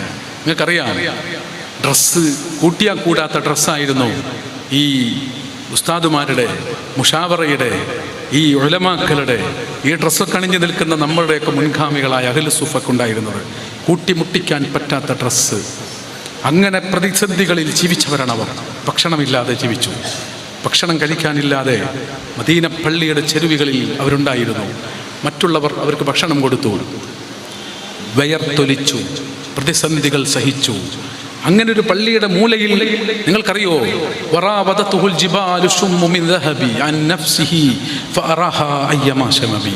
എന്താണ് മുത്തുനബിക്ക് പൈസ കിട്ടാഞ്ഞിട്ടാണോ അതോ വേണ്ടാഞ്ഞിട്ടാണോ? അതൊരു വലിയ വിഷയമല്ലേ. കിട്ടാഞ്ഞിട്ടാ വിചാരിക്കുകയാണെങ്കിൽ, അത് വിചാരിക്കുകയാണെങ്കിൽ കിട്ടൂലേ? നമുക്കറിയാം, നമ്മുടെ എ.പി. ഉസ്താദ് ഒരു സിസ്റ്റം ഫോളോ ചെയ്യുന്നത് കൊണ്ട് നിർബന്ധമായും ഒരുപാട് സൂക്ഷ്മതകൾ നമുക്കുണ്ട്. ശ്രദ്ധിക്കേണ്ടതൊക്കെ ശ്രദ്ധിക്കേണ്ടതുണ്ട്. അതുകൊണ്ട് തന്നെ ഭൗതിക ലോകത്തെ കെട്ടിപ്പടുക്കലും അതിനെ പിടിച്ചടക്കലും ഒന്നും ഉസ്താദുമാരുടെ ലക്ഷ്യമല്ല. ഈ മേഖലയിൽ തീരെ അതില്ല. പക്ഷേ അവർക്ക് ധൈര്യമുണ്ട്. ബദർ നടക്കുന്ന നേരത്ത് എല്ലാവരെയും ചവിട്ടി പുറത്താക്ക, ഇപ്പം തന്നെ അങ്ങോട്ട് മൂക്കിൽ വലിച്ചു കളയാമെന്ന് കരുതിയപ്പോൾ പൈസയൊന്നും ഇല്ലെങ്കിലും അവർക്ക് പേടിയില്ല. അത് വലിയ വിഷയമാണ്. പൈസ ഇല്ലെങ്കിലും പേടിയില്ല അവർക്ക്. വലിയ സെറ്റപ്പൊന്നുമില്ല, പക്ഷെ സംഗതി പേടിയില്ല. അതുകൊണ്ട് അന്ന് മുതൽ തുടങ്ങിയ ഈ വിപ്ലവം ഇന്നും നിങ്ങൾ ഓർക്കൂ. കേരളത്തിലെ ഓരോ ഘട്ടങ്ങളിലും അത് കാണാം. സൽമാനുൽ ഫാരിസി റളിയല്ലാഹു അൻഹു മദീന പള്ളിയുടെ മൂലയിൽ ഇരിക്കുന്നു. ഭക്ഷണം കഴിക്കാനൊക്കെ പ്രയാസമുണ്ട്. വലിയ പൈസക്കാരനാണ് ഉപ്പ. പക്ഷേ ദർസിലേക്ക് വന്നപ്പോൾ പൈസ ഇല്ലാതെ ഒറ്റക്ക്, പൈസ ഇല്ല, കാര്യങ്ങളൊന്നുമില്ല. ദർസിലൊരു വിദ്യാർത്ഥിയാണ് സൽമാൻ റളിയല്ലാഹു അൻഹു. അങ്ങനെ ഇരിക്കുന്നു. അങ്ങനെ ആ സമയത്ത് വരുന്ന ചില ആളുകൾക്ക് പോലും ബോറടിക്കുന്നു. ബോറടിക്കും ചിലപ്പോൾ. അങ്ങനെയുണ്ട്. നമ്മളെ വിദ്യാർത്ഥികളൊക്കെ കാണുമ്പോൾ ചിലർക്ക് ബോറാവും. അവർ വലിയ ബിസിനസ്സിൽ നിന്നൊക്കെ കോട്ടൊക്കെ ഇട്ട് വരുമ്പോൾ കുട്ടികളൊക്കെ ഇങ്ങനെ തലകെട്ടൊക്കെ കെട്ടി ആ സിസ്റ്റത്തെ കാണുമ്പോൾ ചിലപ്പോൾ ഇത് കുറച്ച് മൗലിയാരുട്ടികളും അത് അവരങ്ങനെ തന്നെ അന്ന് മുതൽ അങ്ങനെ ഉണ്ടായിരുന്നു. ശത്രുക്കൾ അങ്ങനെ പറഞ്ഞിരുന്നു. സൽമാൻ റളിയല്ലാഹു അൻഹു അടങ്ങുന്ന ഒരു സംഘത്തിൽ മദീന പള്ളിയിൽ മുത്തുനബി ഇരിക്കുന്നു. ആ അഹ്ലു സുഫ എന്ന് പറയുന്ന ഈ ദർസിന്റെ പാരമ്പര്യത്തിൽ അന്ന് ആ ദർസ് നടക്കുമ്പോൾ നേതാക്കന്മാർ വന്നിട്ട് കുറച്ച് കട്ടപ്പോ കുറച്ച് പാവങ്ങള് ഫുക്കറാക്കള് പൈസ ഇല്ല ഒന്നുമില്ലാത്ത കുറച്ച് ടീമിനെ കൊണ്ടുവന്നിങ്ങനെ ഒരു റാഹത്തില്ല, നമ്മളെ സ്റ്റാൻഡേർഡിനോട് ഇത് യോജിക്കില്ല എന്ന് പറഞ്ഞ് വലിയ പൈസക്കാർ തിരിഞ്ഞുപോയി പോൽ. അങ്ങനെ തിരിഞ്ഞുപോയ രംഗം മുത്തുനബി സ്വല്ലല്ലാഹു അലൈഹി വസല്ലം തങ്ങൾ സൽമാൻ വലിയ പൈസയുള്ള കുടുംബത്തിൽ നിന്നാണെങ്കിലും എല്ലാം ത്യജിച്ച് ഇൽമിന് വേണ്ടി വന്നതാണ് സൽമാൻ റളിയല്ലാഹു അൻഹു. അതുകൊണ്ട് തന്നെ ഈ മുതലാളിമാർക്ക് അങ്ങനെ തോന്നും. നമ്മുടെ നാട്ടിലും അങ്ങനെയുണ്ട്. പാടില്ല. അവരാരാണെന്നറിയുമോ? വിശുദ്ധ ഖുർആൻ അങ്ങനെയാണ്, വസ്ബിർ നഫ്സക മഅല്ലദീന യദ്ഊന റബ്ബഹും ബിൽ ഗദാതി വൽ അശി യുരീദൂന വജ്ഹ വലാ തഅദു ഐനാക അൻഹും തുരീദു സീനത്തൽ ഹയാത്തിദ് ദുനിയ വലാ തുതിഅ മൻ അഗ്ഫൽനാ ഖൽബഹു അൻ ദിക്രിനാ വത്തബഅ ഹവാ വകാന അംറുഹു ഫുറുതാ. അങ്ങനെ മുതഅല്ലിമീങ്ങളെ നിസാരപ്പെടുത്തുകയും ഇതൊക്കെ ഒരു അന്തംകമ്മികളും കട്ടപ്പുക പൈസ ഇല്ല ഒരു കഥ അങ്ങനെ അതിനെ നിസാരവൽക്കരിക്കുകയും അക്കൂട്ടത്തിൽ കൂട്ടാൻ മടിക്കുകയും ചെയ്യുന്ന ഒരു സംഘത്തെക്കുറിച്ചാണ് വിശുദ്ധ ഖുർആൻ ഇത് പറഞ്ഞതെങ്കിൽ ഇങ്ങനെ ക്ഷമിച്ച് പുല്ലാര ഉസ്താദിനെ 30 കൊല്ലക്കാലം ഇരുത്തിയത് ഈ ആയത്താണ്. ഈ ഹദീസ്, ഈ ചരിത്രമാണ്, മുത്തുനബിയുടെ പാഠമാണ്. ഇത്രമേൽ വലിയ ഒരു സംഗതി വേറെ ഇല്ല. അതുകൊണ്ടാണ് ഏറ്റവും വലിയ മുത്തുനബിക്ക് ഉസ്താദ് എന്നതാണ് മുത്തുനബിയുടെ ദൗത്യം തന്നെ, പഠിപ്പിക്കുക എന്നുള്ളതാണ്. ഇന്നമാ ബുഇസ്തു മുഅല്ലിമ, ഞാൻ മുഅല്ലിമായിട്ടാണ് എന്നെ നിയോഗിച്ചിരിക്കുന്നത്. പഠിപ്പിക്കുക, കിതാബ് ഓതി കൊടുക്കുക, ദർസ് നടത്തുക, ഇതാണ് ഏറ്റവും വലിയ നേതാവിൻ്റെ ദൗത്യമെങ്കിൽ അതിനേക്കാൾ മേലെ ഒരു മേഖലയില്ല. ശബ്ദം ശ്രവിക്കുന്നവരിൽ പിതാക്കളുണ്ട്, കാരണവന്മാരുണ്ട്, ഉമ്മപെങ്ങന്മാരുണ്ട്. നിങ്ങൾക്കൊക്കെ മക്കളെ പഠിപ്പിക്കുക. ഉസ്താദുമാർ ഈ വഴിയിൽ ഇൽമ പഠിക്കാൻ അവരെ പറഞ്ഞു വിടുക. ഉസ്താദിന്റെ അരികിൽ എല്ലാവരെയും ആളെ ചേർത്തി കൊടുക്കുക. ദർസിൽ പഠിക്കട്ടെ. അവരെല്ലാം പഠിക്കും. ദർസിൽ പഠിക്കുമ്പോൾ അതിൻ്റെ ഇടയിൽ അവരെല്ലാം പഠിക്കും, അദബ് പഠിക്കും. ഇതെല്ലാം ഉൾക്കൊള്ളാൻ അവർക്ക് സാധിക്കും. അത്രമേൽ ബറക്കത്ത് ദർസിനുണ്ട് ലോകത്ത്. ഈ ദർസിന്റെ ഏറ്റവും ആദ്യത്തെ ഉസ്താദാണ് മുത്തുനബി സ്വല്ലല്ലാഹു അലൈഹി വസല്ലം. ആ മദീന പള്ളിയിലാണ് ആദ്യത്തെ ദർസ്. ആ പള്ളിയുടെ പരിസരവാസികളാണ് അവർക്ക് ഭക്ഷണം കൊടുത്തിരുന്നത്. ഇതെല്ലാം നേരത്തെ നിങ്ങൾ കേട്ടല്ലോ, അറിഞ്ഞല്ലോ.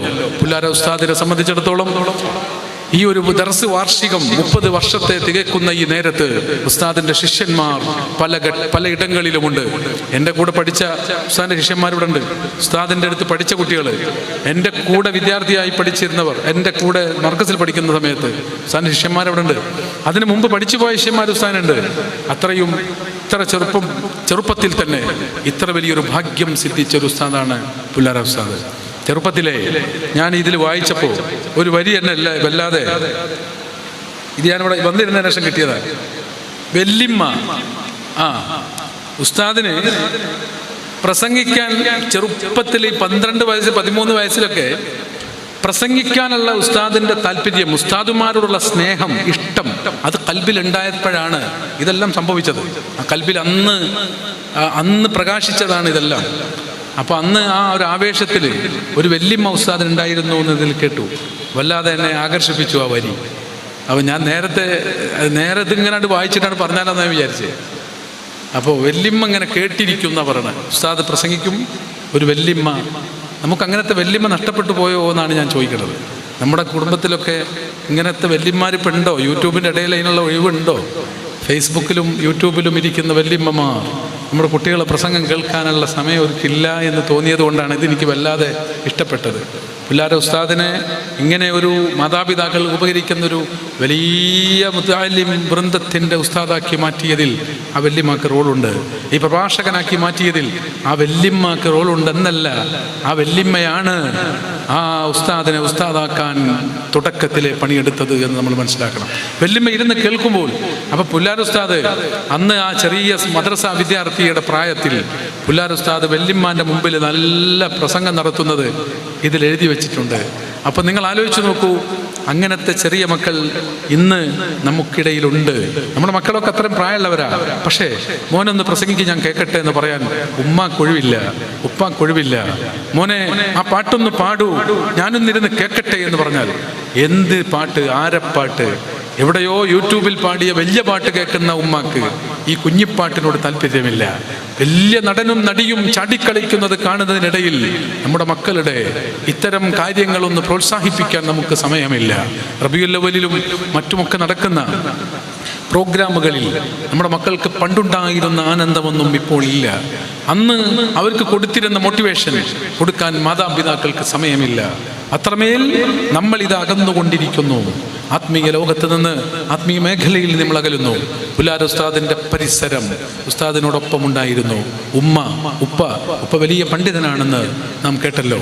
ആ വലിയ പണ്ഡിതൻ്റെ ഒരു മകനായി പിറന്നു എന്നതുകൊണ്ടും ആ പുല്ലാര നാട്ടിലെ ഒരു പ്രവർത്തകൻ വന്ന് ഇവിടെ പ്രസംഗിച്ചു, ഞങ്ങളുടെ നാടിൻ്റെ പ്രസിഡന്റ് പുല്ലാര ഉസ്താദാണ്. ആലോചിച്ചു നോക്കൂ, ഒരു ഉസ്താദായി, ഒരു മുദരിസായി, ഒരു പള്ളിയിൽ സേവനം ചെയ്യുന്നതിനിടയിൽ സ്വന്തം നാട്ടിലെ പള്ളിയുടെ പ്രസിഡന്റായി പ്രവർത്തിച്ചു കൊണ്ടിരിക്കുന്നു എന്ന് പറയുമ്പോൾ ഇത് അത്ഭുതമാണ്, വല്ലാത്ത അത്ഭുതമാണ്. അള്ളാഹു ദീർഘായുസ്സും ആഫിയത്തും നൽകട്ടെ. എന്നെ സംബന്ധിച്ചിടത്തോളം ഞാൻ ഉസ്താദുമാരെ വേദിയിലിരുന്ന് ഒരു കാരണവശാലും ഇപ്പം ഈ പുല്ലാര ദർസ് അല്ലെങ്കിൽ ഉസ്താദിനെ പറ്റി ഇങ്ങനെ പറയാമെന്നല്ലാതെ മറ്റു പുതിയ അറിവുകളൊന്നും പറയണേ അത് ഉചിതമല്ലെന്ന് വിലയിരുത്തുന്ന ഒരാൾ കൂടിയാണ് ഞാൻ. നിങ്ങൾക്ക് പ്രസംഗം കേൾക്കാൻ ഇഷ്ടം പോലെ സ്ഥലം ഉണ്ടാവും. നിങ്ങൾക്ക് വയൽ കേൾക്കാൻ യൂട്യൂബിൽ, ഞാൻ നേരത്തെ പറഞ്ഞ മാതിരി എല്ലാ വിഷയവും യൂട്യൂബിലുണ്ടാവും. ഇന്നത്തെ ഈ കൂടൽ പുല്ലാര ഉസ്താദിൻ്റെ 30ാം വാർഷികത്തിൻ്റെ കൂടലായതുകൊണ്ട് ഉസ്താദിൻ്റെ ജീവിതം എന്ത്, ഉസ്താദ് കാണിച്ചതെന്ത്, ഉസ്താദിനെ ഇങ്ങനെ ആക്കിയെടുത്തതെന്ത്, അത് കൂടുതൽ ചർച്ച ചെയ്യുന്നതായിരിക്കും നല്ലത് എന്നതുകൊണ്ടാണ് ഞാനിത് പങ്കുവെച്ചത്. ചെറുപ്പത്തിലെ ഉസ്താദിന് പ്രസംഗത്തോട് ഇഷ്ടം അതെങ്ങനെ വന്നു? ഇത്തരം പ്രസംഗത്തിൽ, ഇത്തരം പരിപാടിയിൽ നമ്മുടെ ചെറിയ വിദ്യാർത്ഥികളൊക്കെ ഉണ്ട്, മദ്രസ കുട്ടികളുണ്ട്, ഉമ്മമാരുണ്ട്, അവർ കുട്ടികളെ കൈപിടിച്ച് വന്നിട്ടുണ്ട്. ഈ ഒരു സംവിധാനത്തിലാണ് ഈ കുട്ടിയുടെ കൽവിൽ കയറുന്നത്, എനിക്കൊന്ന് പ്രസംഗിക്കണം, എനിക്കും നല്ല പരിപാടി നടത്തണം. അങ്ങനത്തെ അന്നത്തെ ഉലമാക്കൾ സജീവമായതുകൊണ്ട് അന്നത്തെ ആ പരിസരത്തിന് മൊത്തം റോളുണ്ട് ഉസ്താദിനെ വളർത്തിയെടുത്തതിൽ. ആ പരിസരം ഈ ദീനി ചൈതന്യത്തിലായതുകൊണ്ടാണ് ഉസ്താദിന്റെ ഹൃദയത്തിൽ ഈ പ്രകാശം വരാൻ കാരണം. ആ പ്രകാശമാണ് അത് പിന്നെ ഊതി വീർപ്പിക്കാൻ രക്ഷിതാക്കൾ കൂടെ നിന്നു. അങ്ങനെ ഉസ്താദ് ഇന്ന് ഈ അവസ്ഥയിലെത്തിയെങ്കിൽ ഇൻഷാ അല്ലാഹ് നമുക്ക് ഈ സദസ്സിൽ നിന്ന് ഒരു പ്രതിജ്ഞ നമുക്കെടുക്കാം. നമ്മൾ ഈ മേഖലയെ ഒന്ന് വലുതാണെന്ന് വിശ്വസിക്കുകയും അതിനെ വലുതാണെന്ന് വിശ്വസിക്കുക എന്നത് ഈമാന്റെ ഭാഗമാണ്, ഈമാനിന്റെ ഭാഗമാണ്. ഭൗതിക രംഗത്ത് പല കോഴ്സുകളുമുണ്ട്, പക്ഷെ ഏറ്റവും വലിയ കോഴ്സ് അത് പള്ളി ദർസ് എന്ന കോഴ്സാണ്. കാരണം പള്ളി ദർസിൽ പഠിക്കുന്നത് ഏറ്റവും വലിയ ആളെക്കുറിച്ചാണ്, സ്വല്ലല്ലാഹു അലൈഹി വസല്ലം. നിങ്ങൾക്കറിയാം, തവളയെ മുറിച്ച് കീറി തവളയെക്കുറിച്ച് പഠിക്കും. വലിയ MBBSകാരൊക്കെ തവളനെ കീറും, ഇതിന് ഉള്ളിൽ പോയിട്ട് അതിൻ്റെ ഉള്ളിലൊക്കെ ഒരു സഞ്ചരിച്ച് തിരിച്ചു വരും. അതിലെല്ലാ പോയിന്റുകളും പാർട്സുകളും പുറത്തെടുത്ത് വെക്കും. എന്തിനെ? തവള. നിങ്ങൾ അറിയണത്. ഇതേപോലെ ഓരോന്നിനെ മുറിച്ച് അതിനെക്കുറിച്ച് പഠിക്കും. എന്താ കുഴപ്പം? നല്ലത് തന്നെ, പഠിക്കണ്ടേ, ഒരു പ്രശ്നമില്ല. ഓരോന്നും ആ വിഷയത്തിൽ ഓരോ പ്രൊഡക്റ്റ് അള്ളാഹുവിൻ്റെ സൃഷ്ടികളെ കുറിച്ച് പഠിക്കാന്നല്ലാത്ത വേറെ ഒന്നും ഇപ്പം നമുക്ക് പഠിക്കാൻ പറ്റില്ലല്ലോ. അള്ളാഹുവിൻ്റെ സൃഷ്ടികളെ കുറിച്ച് പഠിക്കുക, ആകാശത്തെക്കുറിച്ച് പഠിക്കുക. ചന്ദ്രനിൽ ഇപ്പോൾ സ്ഥലമെടുക്കാന്നാണ് പറയണത്. അപ്പം അതിൻ്റെ തിരക്കിലാണ്. ഇപ്പോൾ കുട്ടികളെ നോക്കാനൊന്നും തീരെ ഒഴിവുണ്ടാവില്ല, ചന്ദ്രനിൽ പോകാനുള്ള പരിപാടിയല്ലേ. അതേപോലെ നമ്മൾ പുതിയ പുതിയ കാര്യങ്ങൾ തേടി ഓടുമ്പോൾ നാം നമ്മെ അറിയാൻ മറക്കുന്നു, നമ്മെ സ്നേഹിച്ചവരെ തിരിച്ചു സ്നേഹിക്കാൻ മറക്കുന്നു, നമ്മുടെ പരിസരങ്ങളെല്ലാം നമ്മൾ മറന്നു പോകുന്നു. എന്നല്ല, നമ്മൾ ഇവിടെ നിലനിൽക്കില്ല എന്ന സത്യം അതിന് അത്രമേൽ സത്യമായ മറ്റൊന്നുമില്ല. നമ്മളിവിടെ നിലനിൽക്കില്ല. ഇതൊരിക്കലും സ്ഥിരമായി നിലനിൽക്കുന്ന ലോകമല്ല. ഇത്രമേൽ വലിയൊരു സത്യവും ഇല്ല. അതുപോലും നമ്മൾ മറന്നു പോകുന്നു. അങ്ങനെ ഈ ലോകത്തെ നമ്മൾ മനസ്സിലാക്കി, ഇതിൻ്റെ നശ്വരതയും നൈമിഷികതയും മനസ്സിലാക്കി നമ്മൾ ഈ ആത്മീയ ലോകത്തിന് പവർ കൊടുക്കണം. അതിന് പവർ കൊടുക്കണം എന്ന് പറഞ്ഞാൽ അത് ഏറ്റവും വലുതാണെന്ന് വിശ്വസിക്കണം. നിങ്ങൾ എൻ്റെ ശബ്ദം കേൾക്കുന്നുണ്ടോ? ക്ലിയറാ? ഞാൻ എൻ്റെ ശൈലി ഇങ്ങനെ കേട്ടോ, പ്രശ്നമില്ല. അപ്പോൾ ഉറക്കനെ പറയാ, എനിക്കൊരു സമാധാനത്താണ്. എനിക്കിന്ന് പനിയൊക്കെ ഉണ്ടായിരുന്നു. പനിയൊക്കെ പിടിച്ചിട്ട് പ്രത്യേക ഒരു അവസ്ഥക്കായിരുന്നു. അപ്പോൾ ഞാൻ പുല്ലാര ഉസ്താദിനോട് എനിക്ക് വലിയ ബഹുമാനമാണ്. അതാ ഞാൻ നേരത്തെ പറഞ്ഞു. ഉസ്താദിൻ്റെ പ്രസംഗമൊക്കെ ഭയങ്കര രസമായിട്ടിരുന്ന് കേൾക്കുന്ന ഒരാളാണ് ഞാൻ. ഉസ്താദിൻ്റെ ഒരു വിദ്യാർത്ഥിയാണ്. ഉസ്താദിനെ വല്ലാതെ സ്നേഹിക്കുന്ന ഒരാളാണ്. ഉസ്താദിൻ്റെ താഴ്മയുടെ ഒരു അടയാളം കൂടിയാണ് എന്നെ പോലത്തെ ഒരു വിദ്യാർത്ഥിയെ വിളിക്കുന്നതും സ്നേഹിക്കുന്നതും ഇങ്ങനെ പറയുന്നതൊക്കെ. ആ ഒരു താഴ്മ കൂടിയാണ് നമ്മളതിൽ നിന്ന് വായിക്കേണ്ടത്. അപ്പോൾ ആ ഒരു ഇഷ്ടം കൊണ്ട് ഞാൻ കുട്ടിയോട് ഉസ്താദ് വിളിച്ച് ഇനി ഒന്നും ചിന്തിക്കാനില്ല എന്ന ആൾക്കാർ ഞാൻ ഉസ്താദിൻ്റെ ഈ സമയം പറഞ്ഞപ്പോൾ ഞാൻ വന്നത്. പരിപാടി വന്നിരിക്കുക, കേൾക്കുക, ഉസ്താദ് പ്രസംഗിക്കുകയാണെങ്കിൽ നമുക്കതൊക്കെ ഒന്ന് ആസ്വദിക്കുക, അതൊക്കെ വിചാരിച്ചിട്ട് വന്നതാണ്. അപ്പോൾ എന്നോട് ആരോ വന്ന് പറഞ്ഞു, ഉസ്താദ് ഈ കുറച്ചും കൂടിയൊക്കെ പ്രസംഗങ്ങൾ കഴിയുമ്പോൾ ഉസ്താദിന് വിഷമാവെന്ന് ചോദിച്ചു. അപ്പോൾ ഇവർക്ക് ഇന്നെ മനസ്സിലായിട്ടില്ല എന്നാണ് തോന്നുന്നത്. ഞാൻ ഉസ്താദിൻ്റെ പരിപാടിയുടെ ഒരു വിദ്യാർത്ഥിയാണ്. ഞാൻ ഇതിലൊക്കെ ഒന്ന് പങ്കെടുത്ത് ബർക്കത്തെടുക്കാൻ എന്നുള്ളത് മാത്രം വന്ന ആളാണ്. ഞാൻ എന്ത് പ്രസംഗിക്കാനാണ്? പക്ഷേ നിങ്ങൾക്കൊക്കെ ഇങ്ങനെ പ്രശ്നമില്ലാത്ത രൂപത്തിൽ തങ്ങൾ പാപ്പ വരുന്നവരെ നമ്മൾ രണ്ട് പാട്ടൊക്കെ പാടാനായിരിക്കും ഉസ്താദ് ഉദ്ദേശിച്ചിട്ടുണ്ടാവുക. എൻ്റെ ഒരു ശൈലി അനുസരിച്ച് അതെനിക്കറിയാം. അപ്പം ഞാൻ പറയുന്നത്, നമ്മൾ വിശ്വസിക്കണം എന്ന് പറഞ്ഞാൽ വിശ്വസിക്കണം എന്ന് തന്നെയാണ്. അതായത് ദർസ് വലുതാണെന്ന് പറഞ്ഞാൽ അത് വലുത് തന്നെയാണ്. അപ്പം അതല്ലാത്തതോ അല്ലാത്ത ചെറുത്, അതിനെന്തെങ്കിലും ബേജാറാവണം. അതല്ലാത്ത ചെറുതാണ്. അപ്പം ഇതന്നെ വലുത്, അതന്നെയാണ് വലുത്. അതെങ്ങനെ വലുത്? അത് ഭയങ്കര വലുത്, ഒരു രക്ഷയില്ല, ഭയങ്കര വലുത്. അപ്പോൾ നമ്മൾ മറ്റു പഠനങ്ങളെക്കാൾ ഇത് മേലെയാണ് എന്ന് പറയും. എന്താ പറയാൻ മടി? അത് പറഞ്ഞാൽ പോരാ, അത് ഉള്ളുകൊണ്ട് വിശ്വസിക്കണം. അത് ദീനാണ്, അത് വിശ്വാസത്തിന്റെ ഭാഗമാണ്. വിശ്വസിച്ചില്ലെങ്കിൽ ഈമാനിന് തകരാറ് സംഭവിക്കും. ഏറ്റവും വലിയ കോഴ്സ്, ഏറ്റവും വലിയ കോഴ്സ് ലോകത്ത് ഇതുവരെ കഴിഞ്ഞതിൽ ഇനി വരാനിരിക്കുന്നതിൽ ഏറ്റവും വലിയ കോഴ്സ്, ഏറ്റവും വലിയ നേതാവ് പഠിപ്പിച്ച കോഴ്സാണ്. ആ നേതാവിനെ കുറിച്ചുള്ള പഠനമാണ്. ലോകത്തിന്റെ ഏറ്റവും വലിയ നേതാവാണ് മുത്തുനബി സ്വല്ലല്ലാഹു അലൈഹി വസല്ലം. ആ നേതൃത്വത്തെ പഠിക്കലാണ് ഇപ്പോൾ പുല്ലാർ ഉസ്താദിന്റെ വഴിയിൽ പഠിപ്പിക്കുന്നത്. അത് നേരിട്ട് പഠിക്കുന്നു. ഈ കേട്ടതൊക്കെ പ്രസംഗത്തിലൂടെയും മറ്റൊക്കെ പറയുമ്പോഴും ആ ഹദീസുകളിൽ ഇരുന്ന് ഡെയിലി ഓതുന്നു, അതങ്ങനെ കേൾക്കുന്നു, അത് പഠിപ്പിച്ചു കൊടുക്കുന്നു, ഖുർആന്റെ വ്യാഖ്യാനങ്ങൾ പറഞ്ഞു കൊടുക്കുന്നു. ഇതൊക്കെ നേരിട്ട് അതിനെ പഠിക്കുകയാണ്. നേരിട്ട് വ്യത്യസ്ത വഴികളിൽ നമുക്ക് അള്ളാഹുവിലേക്ക് പോകാം. വ്യത്യസ്ത വഴികളിൽ അള്ളാഹുവിലേക്ക് നമുക്ക് എത്താം. പക്ഷേ ആ പോകണമെങ്കിൽ വണ്ടി ഓടിക്കാൻ അറിയാതെ ഏത് ഇഖ്ലാസ് ഉണ്ടെങ്കിലും വണ്ടി ഓടിക്കാൻ അറിയണ്ടേ? മദീനത്തേക്ക് പോവുകയാണ്, അല്ലെങ്കിൽ ഞാൻ കഅബ കാണാൻ പോവുകയാണെന്ന് കാർ ഓടിക്കുന്ന ആൾക്ക് പെട്ടെന്ന് തോന്നിപ്പോയി. അപ്പം അയാൾക്ക് ഇഖ്ലാസ് കുറച്ച് കൂടി. അപ്പം അയാൾ അല്ലാഹ് എന്ന് പറഞ്ഞ് കഅബാലയത്തെ ഓർത്തിട്ട് കൈ അങ്ങോട്ട് വിട്ട്, എന്നിട്ട് കണ്ണങ്ങോട്ട് അടച്ചിട്ട് ഒരു തൗബ അങ്ങോട്ട് തുടങ്ങിയാൽ അയാൾക്ക് തൗബ ചെയ്ത് മരിക്കാമെന്നല്ലാതെ മക്കത്തേക്ക് എത്താൻ പറ്റൂല. കാരണം അയാൾ ഡ്രൈവ് ചെയ്യാണ്. മനസ്സിലായില്ല? അപ്പം ആ തൗബ ചെയ്ത് മരിക്കാൻ പറ്റും. അപ്പം കൂലിയും കിട്ടും. കണ്ണ് തുറന്ന് ഈ ഗിയർ എങ്ങനെ ഓണ്, ഇൻഡിക്കേറ്റർ, സൈഡ്, ഇത് വലിയ വിഷയമല്ലേ? അല്ലെങ്കിൽ എത്താൻ പറ്റൂല. ആ അറിവാണ്, അതെങ്ങനെ ഓട്ടണമെന്ന അറിവാണ് ഉസ്താദുമാർ പറയുന്നതും പഠിപ്പിച്ചുകൊണ്ടിരിക്കുന്നതും. വലികുല്ലി വാഹിദിഹിം തുരീഖുൻ മിൻ തുറുഖ് യഖ്താറുഹു ഫയകൂനു മിൻ ദാവാസിലാ. എല്ലാവരും വ്യത്യസ്ത വഴികളിലൂടെ സഞ്ചരിക്കുന്നുണ്ടെങ്കിൽ അതെല്ലാം ഈ അല്ലാഹ് ആ ഒരു ബന്ധം, ആ ഒരു കണക്ഷൻ, ആ ഒരു ലയനം ഉദ്ദേശിച്ചത് കൊണ്ടാണ് എല്ലാ വഴിയിലും ആളുകൾ ഓടി സഞ്ചരിച്ചു കൊണ്ടിരിക്കുന്നത്. എല്ലാ ഔലിയാക്കന്മാരും അവരുടെ വഴിയിലൂടെ ചിന്തിക്കുന്നത് ഈ ഒരു ബന്ധം മാത്രമാണ്. ആ ഒരു സ്നേഹം, ആ ഒരു കണക്ഷൻ, ആ ഒരു പൊരുത്തം ഉസ്താദിന്റെ പ്രവർത്തനത്തിലും പള്ളികളിൽ നിന്ന് മാറി മാറി സഞ്ചരിക്കുന്നതും ഓരോ വിദ്യാർത്ഥികളിലെ മാറി മാറി ക്ലാസ് എടുക്കുന്നതുമൊക്കെ ഒരു ലക്ഷ്യത്തിലാണ്. മുഴുവൻ മുഷാവറയുടെയും ലക്ഷ്യം ഒന്നാണ്. മുഴുവൻ മുസ്ലിമിന്റെയും ലക്ഷ്യം ഒന്നാണ്. മുഴുവൻ പ്രവർത്തനങ്ങളുടെയും ലക്ഷ്യം ആ ഒന്നാകേണ്ടതുണ്ട്. ആ ഒന്നേ ആയേ പറ്റൂ. ബുദ്ധിയുള്ളവൻ അതല്ലാതെ ആക്കാൻ പറ്റില്ല. അതുകൊണ്ട് തന്നെയാണ് മറ്റൊരു ലക്ഷ്യവും ഇല്ല എന്ന് പറഞ്ഞപ്പോ അല്ലാഹുവിന്റെ പൊരുത്തം ലക്ഷ്യം വെച്ച്, അല്ലാഹുവിനെ ലക്ഷ്യം വെച്ച് പറഞ്ഞു വമാ മഖ്സൂദുഹും ജന്നാത്തി അദ്നി വമാ മഖ്സൂദുഹു ജന്നാത്തി അദ്നി. ഉസ്താദുമാർക്ക് വേറെ ലക്ഷ്യമൊന്നുമില്ല എന്ന് പറഞ്ഞപ്പോൾ ഈ ഉസ്താദുമാരാണ് ഈ ലക്ഷ്യത്തിൽ വളർന്ന് ഈ ആഖിറം നന്നാവണം, ആഖിബത്ത് നന്നാവണം, എനിക്ക് നല്ല മരണം കിട്ടണം, എനിക്ക് സ്വർഗം കിട്ടണം, എനിക്ക് ഇൽമിൻ്റെ ഖാദിമാവണം എന്ന് പറഞ്ഞ് അവർ ചിന്തിച്ചത് അല്ലാഹുവിൻ്റെ പൊരുത്തമാണ്.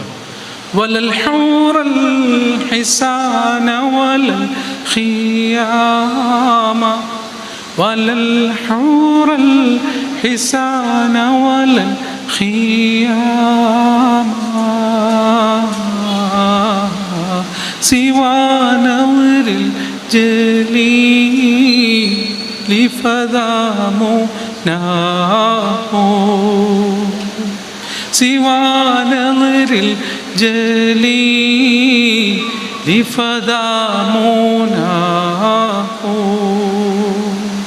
وهذا مقصد القوم الكرام وهذا مقصد القوم الكرام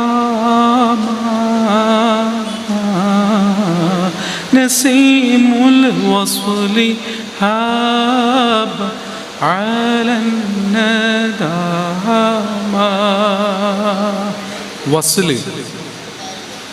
ആകെ ലക്ഷ്യമതായിരിക്കും. കല്യാണം അതിന് മുമ്പ് നിശ്ചയം, അതിനു മുമ്പ് പെണ്ണ് കാണൽ, അതിൻ്റെ മുമ്പ് പെണ്ണ് കാണാൻ പോണതിന് മുമ്പ് താടി നന്നാക്കൽ, മുടി വെട്ടൽ, ഡ്രസ്സിട്ട് അത്തറ് പൂശൽ, പെണ്ണ് കാണാൻ പോകുമ്പോഴുള്ള ഒരുക്കം, അതിൻ്റെയൊക്കെ മുമ്പ് അതിനെക്കുറിച്ചുള്ള സ്വപ്നം, ഓരോന്നും എവിടെ വെച്ച് അവസാനിക്കും? ഇവർ രണ്ടുപേരും ഒരുമിക്കുന്ന ഇടം വരെ അത് നീളും. ആ ഒരുമിക്കലും ചേരലുമാണ് എല്ലാറ്റിൻ്റെയും അവസാനം. പക്ഷെ അതൊന്നും പൂർത്തിയാകുന്നില്ല, പൂർത്തിയാകാറില്ല, പൂർത്തിയാകില്ല. ഈ ജീവിതം എന്തൊക്കെയോ ബാക്കി വെച്ചുകൊണ്ട് നാം പിരിയേണ്ടി വരും. ഇത് പൂർത്തിയാക്കാൻ കഴിയുന്നൊരു ജീവിതമല്ല. നീതി നടപ്പാക്കാൻ ഒരിക്കലും കഴിയില്ല. നമ്മൾ ആഗ്രഹിച്ചതുപോലെ ഈ ജീവിതം പൂർണ്ണമായി ആസ്വദിക്കാൻ. നിങ്ങൾക്കറിയാം, മൊബൈലില്ലാത്ത കാലത്ത് നമ്മൾ വല്യമ്മാക്കും വല്യപ്പാക്കൊന്നും വാട്സപ്പൊന്നും കിട്ടിയിട്ടില്ല, പാവങ്ങൾ. അപ്പം അങ്ങനെയൊക്കെ പറയുന്നവരുണ്ട്. അവരൊന്നും വാട്സപ്പ് ഇല്ലാതെ മരിച്ചുപോയി. എൻ്റെ വല്യപ്പൊക്കെ എന്തോ കുറച്ചോനെ അവർക്ക് പുറത്തു കൊടുക്കുക, മനസ്സിലായില്ല? കാരണം അവരെന്തോ നഷ്ടപ്പെട്ടതുപോലെ. വാട്സപ്പും ഫേസ്ബുക്കൊന്നും പോയില്ലേ, അവർക്ക് പോയില്ലേ? നിങ്ങൾ ആലോചിച്ച് നോക്കി. നമ്മക്കിപ്പോൾ ഇത് ഒക്കെ കിട്ടിയെന്ന് നമ്മൾ വിചാരിക്കണേ. അടുത്ത കണ്ടെത്തൽ വരും മുമ്പ് നമ്മൾ പിരിഞ്ഞു പോകും. അപ്പം പിന്നെ നമ്മൾ പോകുമ്പോൾ വേറൊന്ന് വരുന്നുണ്ട്. ഈ ലോകം മുതഗയ്യിറാണ്, മാറി മറിഞ്ഞുകൊണ്ടിരിക്കും. മുഴുവനും ഒന്ന് ആസ്വദിക്കണമെന്ന് തീരുമാനിച്ചാൽ നടക്കില്ല.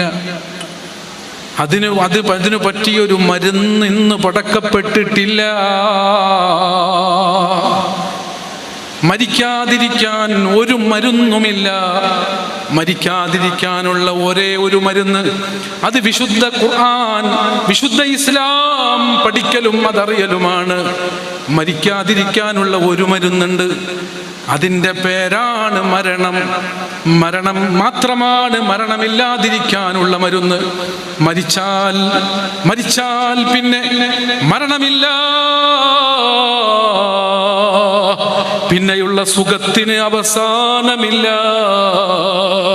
പിന്നെയുള്ള സന്തോഷത്തിന് അറ്റമില്ല. അപ്പൊ പിന്നെ മരണമാണ്. മരിക്കാതിരിക്കാൻ മോഹിച്ച് മരിക്കാതിരുന്നെങ്കിൽ എനിക്കിതെല്ലാം ഒന്ന് കാണാമായിരുന്നു. മരിച്ചില്ലായിരുന്നെങ്കിൽ എനിക്കതൊക്കെ ഒന്ന് ആസ്വദിക്കാമായിരുന്നു. എങ്കിൽ നിനക്ക് മരിക്കൽ മാത്രമാണ് അതിനു പരിഹാരം. മരിക്കാത്ത റബ്ബിനെ സ്നേഹിക്കലാണ് അതിനു പരിഹാരം. അസ്തമിക്കാത്ത സ്വർഗമാണ് അതിനു പരിഹാരം. അവസാനിക്കാത്ത സ്വർഗമാണ് അതിനു പരിഹാരം. അത് ലഭിച്ചാൽ പിന്നെ അത് മാത്രമാണ് സുഖം. ആ സുഖം അസ്തമിക്കില്ല. അസ്തമിക്കുന്ന സുഖം സുഖവുമല്ല. അസ്തമിക്കുന്ന സുഖത്തിന് രുചിയുള്ള വിഷമെന്ന് വിളിക്കാം. രുചിയുള്ള വിഷം, നല്ല ടേസ്റ്റുള്ള വിഷം, അതങ്ങനെ കുടിച്ചാൽ വല്ലാത്ത സുഖമാണ്. അത് കുടിച്ചങ്ങ് കഴിഞ്ഞാൽ പിന്നെ മരണമാണ്. പിന്നെ അത് സുഖിക്കാനുള്ളതല്ല. അത് അതിനെ സുഖിക്കാൻ കഴിയില്ല. അതിനു വേണ്ടി ഉപയോഗിക്കാൻ നമുക്ക് സാധിക്കില്ല. ഈ ഭൗതിക ലോകത്തെ സുഖങ്ങളെല്ലാം അങ്ങനെയാണ്. അതൊക്കെ ഒന്ന് ആസ്വദിച്ച് വരുമ്പോഴേക്ക്, അതെല്ലാം ഒന്ന് അനുഭവിക്കുമ്പോഴേക്ക് പിരിയാനടുത്തു. കാര്യം ഒന്നും നേടിയില്ല, ഒന്നും കാണാൻ കഴിഞ്ഞില്ല. ലോകം മുഴുവനും കറങ്ങിക്കാണാൻ നമുക്ക് കഴിയില്ല. ചന്ദ്രനെ കാണണമെന്ന് ഇപ്പൊ പറയണേ, ലോകം ഇവിടെ കേരളം തന്നെ മുഴുവൻ കാണാൻ നമുക്ക് പറ്റിയിട്ടില്ല. കടലിന്റെ ആഴിയെ കാണാൻ നമുക്ക് കഴിഞ്ഞിട്ടില്ല. എന്തെല്ലാം കാണണം ആഗ്രഹമുണ്ട്, പക്ഷെ കഴിയില്ല.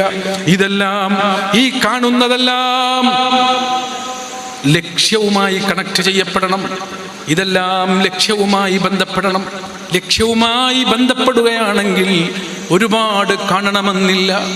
കാണേണ്ടതിനെ കാണാനാണ് നമുക്ക് മുമ്പിൽ ഇതെല്ലാം അല്ലാഹു കാഴ്ച വെച്ചിരിക്കുന്നത്. ഈ കാണുന്നതെല്ലാം അവനെ കാണാനുള്ള കാഴ്ചയാണെങ്കിൽ മാത്രമാണ് കാഴ്ചയാകുന്നുള്ളൂ. വലഹും ഖുലൂബുൻ ലാ യഫ്ഖഹൂന ബിഹാ വലഹും അഅ്യുനുൻ ലാ യുബ്സിറൂന ബിഹാ വലഹും ആദാനുൻ ലാ യസ്മഊന ബിഹാ. യഥാർത്ഥത്തിൽ മനുഷ്യനും അല്ലാത്തവനും, മൃഗവും മനുഷ്യനും ഭക്ഷണം കഴിക്കുന്നുണ്ട്, മൃഗവും മനുഷ്യനും ആസ്വദിക്കുന്നുണ്ട്. മൃഗം അനുഭവിക്കുന്നു, മൃഗത്തിന് കാമമുണ്ട്, മൃഗത്തിന് ശഹ്വത്തുണ്ട്, മൃഗത്തിന് വിശപ്പുണ്ട്, മൃഗത്തിന് ടേസ്റ്റ് ഉണ്ട്. അതെല്ലാം നമുക്കുമുണ്ട്. പിന്നെ എന്താണ് മാറ്റം? പിന്നെ എന്താണ് നമുക്കുള്ള മാറ്റം? ഇതിൽ നിന്ന്, ഈ കണ്ട ലോകത്ത് നിന്ന് കാണാത്തൊരു ലോകത്തേക്ക് സഞ്ചരിക്കാനുള്ളൊരു കഴിവ്, ചിന്തിക്കാനുള്ളൊരു കഴിവ്, അത് നമുക്ക് മാത്രമുള്ളതാണ്. വലഖദ് കറംനാ ബനി ആദം. അതുകൊണ്ടാണ് നമുക്ക് ഇത്രയും ബഹുമാനം ലഭിച്ചത്. അതുകൊണ്ട് മൃഗം ഭക്ഷിക്കും, ഞാനും ഭക്ഷിക്കും, മൃഗം സുഖിക്കും, ഞാനും സുഖിക്കും. പക്ഷേ അതവിടെ അവസാനിക്കും. ഞാൻ ഈ സുഖങ്ങളിൽ നിന്നും ഈ ദുഃഖങ്ങളിൽ നിന്നും വീണ്ടും സഞ്ചരിക്കും. എങ്ങോട്ട്? അസ്തമിക്കാത്തൊരു ലോകത്തേക്ക്. ഇതിനെല്ലാം സൃഷ്ടിച്ചു പരിപാലിച്ച റബ്ബായ തമ്പുരാനെ കൊള്ള സഞ്ചരിക്കും. ഫയകൂനു മിൻ ദാവാസിലാ. ആ ഒരു ലക്ഷ്യത്തിലേക്ക് സഞ്ചരിക്കുമ്പോഴാണ്, അതിനുവേണ്ടി മാത്രം സമയം ചെലവഴിക്കുമ്പോഴാണ് നമ്മുടെ ജീവിതത്തിന് അർത്ഥമുള്ളൂ. ആ ജീവിതം മാത്രമാണ് അർത്ഥമുള്ള ജീവിതം. അല്ലാഹുവേ, ഞങ്ങളെ ഖൽബ് നന്നാക്കണേ അല്ലാ, ഇഖ്ലാസ് തരണേ അല്ലാ. ദർസിലും തദ്രീസിലും എല്ലാറ്റിലും നിന്റെ പൊരുത്തം ലക്ഷ്യം വെക്കുന്ന ഉഖ്റവിയായ ആലിമീങ്ങളിൽ ഞങ്ങൾ ഹൃദയം ഉറപ്പിച്ചു നിർത്തണേ അല്ലാ. എവിടെയെങ്കിലും ഏതെങ്കിലും ഒരു ആദരവ് ലഭിക്കുമ്പോൾ, ഏതെങ്കിലും ഒരു ബഹുമാനം ലഭിക്കുമ്പോൾ, ഇതെല്ലാം ഒരു അടയാളമാണ് എന്ന് മനസ്സിലാക്കാതെ ഈ പ്രസംഗവും എൻ്റെ റബ്ബിലേക്ക് എനിക്ക് എത്താനുള്ള അടയാളമാകണം, എൻ്റെ റബ്ബിലേക്ക് എന്നെ വിളിക്കുന്ന അടയാളങ്ങളാകണം. ദർസും എല്ലാം അങ്ങനെയാകണം. അതിൻ്റെ അടയാളങ്ങളാണ് നമ്മുടെ ഉസ്താദുമാരുടെ ജീവിതത്തിൽ നമുക്ക് പ്രകടമായത്. പുല്ലാര ഉസ്താദിൻ്റെ ജീവിതത്തിൽ, ഉസ്താദിൻ്റെ ദർസ് സംവിധാനങ്ങളിൽ ഉള്ളത് മറ്റൊന്നും ലക്ഷ്യം വച്ചില്ല എന്ന് നമുക്ക് വായിക്കാൻ പറ്റി. മറ്റൊന്നും ഉദ്ദേശമില്ല ഉസ്താദിന്. മറ്റൊരു പ്രൗഢിക്കും വേണ്ടി, ആരെയും സുഖിപ്പിക്കാൻ വേണ്ടി, ആരെയും സുഖിപ്പിക്കണം, ഏതെങ്കിലും മുതലാളിമാരെ സന്തോഷിപ്പിക്കണം, ഏതെങ്കിലും രാഷ്ട്രീയക്കാര് പിണങ്ങുമോ എന്ന് നോക്കണം. അങ്ങനെ അവരെ പേടിച്ച്, ഇവരെ പേടിച്ച്, അങ്ങനെ ഒരാളെയും പേടിക്കാതെ പോകുന്നൊരു വഴിയുണ്ടല്ലോ, അള്ളാഹുവിന് വേണ്ടി മാത്രമുള്ള വഴി. അയിമ്മത്തുൽ അർബഅ എന്തൊക്കെ അനുഭവിച്ചു, ഇമാം അബൂ ഹനീഫത്തുൽ കുഫി എന്തൊക്കെ അനുഭവിച്ചു, ഇമാമുന ശാഫിഈ എന്തെല്ലാം അനുഭവിച്ചു. മഹാന്മാരായ ഇമാമുകൾക്ക് ഒന്ന് തിരുത്തി പറഞ്ഞാൽ മതിയായിരുന്നു, ഒന്ന് സമ്മതിച്ചു കൊടുത്താൽ മതിയായിരുന്നു, ഒന്ന് മൂളിയാൽ മതിയായിരുന്നു. പറഞ്ഞില്ല, സമ്മതിച്ചില്ല, അനുവദിക്കില്ല എന്ന് രാജാവിന്റെ മുഖത്ത് നോക്കി പറയാൻ അവർ മടി കാണിക്കാത്തതിന്റെ പേരിൽ ചാട്ടമാറ് കൊണ്ടടി കൊണ്ടിട്ടുണ്ട്, ജയിലിൽ കിടക്കേണ്ടി വന്നിട്ടുണ്ട്. എല്ലാം സഹിച്ചിട്ടും നിലപാടിന് മാറ്റമില്ലാതെ അവര് മുന്നോട്ട് തന്നെ പോയിട്ടുണ്ടെങ്കിൽ ആ പാരമ്പര്യം മുന്നോട്ട് കൊണ്ടുപോകുന്ന ഉസ്താദുമാർ ഈ നാടിന്റെ വിളക്കാണ്. നമുക്ക് നിർബന്ധമായും അവർക്ക് സപ്പോർട്ട് ചെയ്യുകയും അവർക്ക് വേണ്ടതെല്ലാം ചെയ്തു കൊടുക്കുകയും ദർസിന്റെ നിലനിൽപ്പിന് വേണ്ടി പ്രവർത്തിക്കുകയും വേണം. ഇത് ആഖിറത്തിന് വേണ്ടിയുള്ള പ്രവർത്തനമാണ്. ഇത് അതിനു വേണ്ടി മാത്രമുള്ള പ്രവർത്തനമാണ്. അനുഭവിക്കുന്നത് അസ്തമിക്കാത്ത സുഖമായിരിക്കും ഇതിന്റെ പ്രതിഫലം അവസാനിക്കാത്ത സുഖമായിരിക്കും. അല്ലാഹ് അല്ലാഹ് അല്ലാഹ് അല്ലാഹ്. സ്നേഹം കൽബിൽ കൽബിൽ വരുമ്പോൾ മറ്റു പലവർക്കും വിഷമമുള്ളത്. സ്നേഹം കൽബിലുദിക്കുമ്പോൾ പലർക്കും പ്രശ്നമുണ്ട്, പക്ഷെ ഉസ്താദിനത് പ്രശ്നമില്ല. കാരണം അല്ലാഹുവിന് വേണ്ടിയാണ് പ്രവർത്തിക്കുന്നത്. ഓരോ നിമിഷങ്ങളും ഓരോ ക്ലാസ്സുകളും ഓരോ ദർസുകളും പ്രസംഗങ്ങളും അല്ലാഹുവിലേക്ക് അടുപ്പിക്കുന്നു എന്നവർ കരുതുന്നു, അതവരനുഭവിക്കുന്നു. ആ ആനന്ദത്തിൽ അവർ മുന്നോട്ട് പോകുന്നു. നമുക്ക് മാറണം, നമുക്ക് നന്നാവണം. വിദ്യാർത്ഥികളായ നമുക്കും പടച്ച റബ്ബിനെ ലക്ഷ്യം വെച്ച് ജീവിക്കുന്ന ഉസ്താദുമാരെ കണ്ട് ഇവരുടെ ദർസിന്റെ ഈ ആഘോഷങ്ങളിൽ അല്ലെങ്കിൽ ഈ ഓരോ 30 വർഷത്തെ ഈ ദർസിന്റെ വാർഷികം പറയുന്ന നേരത്ത് അവരെ കുറിച്ച് വായിക്കുമ്പോൾ പഠിക്കുമ്പോൾ നമുക്കൊന്ന് മാറാൻ തോന്നണം. അല്ലാഹുവേ, ഞങ്ങളൊക്കെ സാധുക്കളാണ്, ഞങ്ങൾ പാപികളാണ്. മനസ്സിൽ എന്തെങ്കിലുമൊക്കെ ഭൗതിക ഹരം കൽബിൽ കയറിയാൽ എല്ലാം നഷ്ടപ്പെട്ടു പോകും. ഇമാമുൽ ഗസാലി റളിയല്ലാഹു അൻഹു ദർസ് നടത്തിയതിനെ കുറിച്ചാണ് പിന്നീട് വലിയ പ്രഭാഷണം നടത്തി, വലിയ പാട്ടുപാടി പറഞ്ഞത്. കാട്ടിലൂടെ നടക്കാൻ ഇമാം ഗസാലി കാട്ടിലൂടെ നടക്കാൻ റളിയല്ലാഹു അൻഹു കാട്ടിലൂടെ നടക്കുമ്പോ തറക്തു ഹവാലൈലാ വസുദാ ബിമൻസിലി വഅതു ഇലാ തസ്ഹീഹി അവ്വലി മൻസിലി വനാദത് ബിൽ അശ്വാഖ മഹ്ലം ഫഹാദിഹി മനാസിലു മൻ തഹ്വാർ വൈദക ഫൻസിലി. ഇമാം ഗസാലി റളിയല്ലാഹു അൻഹു നൂറുകണക്കിന് മുതഅല്ലിമീങ്ങൾക്ക് ബഗ്ദാദ് യൂണിവേഴ്സിറ്റിയിൽ ദർസ് നടത്തിക്കൊണ്ടിരിക്കുന്ന മഹാനവറുകൾ ദർസിന്റെ ഇടയിൽ നിന്ന് ഇറങ്ങിയോടുന്നത് എന്തിനാണ്? അതുവരെ നടത്തിയ റബ്ബിലേക്ക് വീണ്ടും അതാ ഇറങ്ങിയോടുന്നു. ഉസ്താദ് അവറുകളോട് ഒരു ചോദ്യമുണ്ട്. അലൈസ തദ്രീസുൽ ഇൽമി ബി ബഗ്ദാദ ഖൈറും മിൻ ഹദാ? ഇതിനേക്കാൾ നല്ലത് ബഗ്ദാദിലെ ദർസല്ലയോ ഉസ്താദേ എന്ന് ചോദിച്ചിട്ടുണ്ട്. ഞാൻ പറഞ്ഞത് ഇവരുടെ ലക്ഷ്യമായിരിക്കണം നമ്മുടെ ലക്ഷ്യം, ഇവരുടെ ഉദ്ദേശമായിരിക്കണം നമ്മുടെ ഉദ്ദേശം, ഇവരുടെ പ്രകൃതി, ഇവരുടെ ജീവിത ശുദ്ധി അതെല്ലാം നമുക്കുണ്ടായിരിക്കണം. അതിനു വേണ്ടിയാണ് ഇമാം ഗസാലിയുടെ വഴിയിൽ മഹാന്മാർ റളിയല്ലാഹു അൻഹു ഔലിയാക്കളുടെ വഴിയിൽ നമ്മുടെ മഹാന്മാരെല്ലാം എല്ലാം ത്യജിക്കുന്നു, എല്ലാ സുഖ സൗകര്യങ്ങളും വെടിയുന്നു. അല്ലാഹുവിന് വേണ്ടി അവരതാ ജീവിക്കുന്നു. നമ്മുടെ ദർസാണെങ്കിലും നമ്മുടെ പ്രസംഗമാണെങ്കിലും എല്ലാം റബ്ബിന് വേണ്ടി മാത്രമാക്കി അല്ലാഹു നമ്മളെ സ്വീകരിക്കട്ടെ. ആമീൻ യാ റബ്ബൽ ആലമീൻ.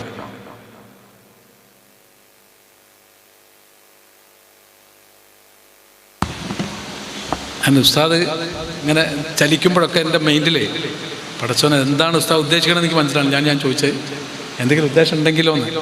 ഞങ്ങൾ പാപ്പ വരികയാണെങ്കിലേ അതൊരു വിഷയമാണ്. നമ്മെ സംബന്ധിച്ചിടത്തോളം ദർസ് എന്ന് പറയുന്നത് നേരത്തെ ഞാൻ പറഞ്ഞല്ലോ, ഒരു ഉസ്താദിൻ്റെ ജീവിതത്തെ മുഴുവനും അടയാളപ്പെടുത്തുക എന്നുള്ളതാണ് ദർസ്. മുഴുവനും അടയാളപ്പെടുത്തുക എന്നുള്ളത്. കുറച്ച് കിടക്കാന്ന് വിചാരിച്ചാൽ കുട്ടികൾ മനസ്സിലാക്കും ഉസ്താദ് കിടന്നിക്കണം. ഭക്ഷണം കഴിക്കുമ്പോൾ കുട്ടികൾ മനസ്സിലാക്കും ഉസ്താദ് നല്ല അടിച്ചിക്കണം. അങ്ങനെ ഉണ്ട്. ഉസ്താദ് ആ ബാക്കിയുള്ള പാത്രം കണ്ടാൽ കുട്ടികൾക്ക് മനസ്സിലാവും ഉസ്താദ് ഇന്ന് എത്ര അടിച്ചിട്ടുണ്ട്.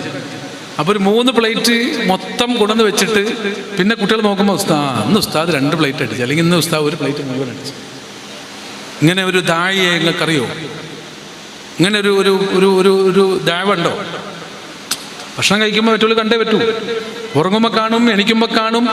അന്ന് ഉസ്താദ് ഉറങ്ങി. ആലോചിച്ചു. അപ്പോൾ ഇത് എന്തിനാണ് ഇങ്ങനെ പ്രയാസപ്പെടുന്നത്? ഉസ്താദിനും എല്ലാം ഗൾഫ് കണ്ടു പോയ പോലെ സുന്ദരമായിട്ട് ഫാമിലി ആയിട്ട് സെറ്റായിട്ട് അടിപൊളിയായിട്ട് ജീവിച്ചൂടെ?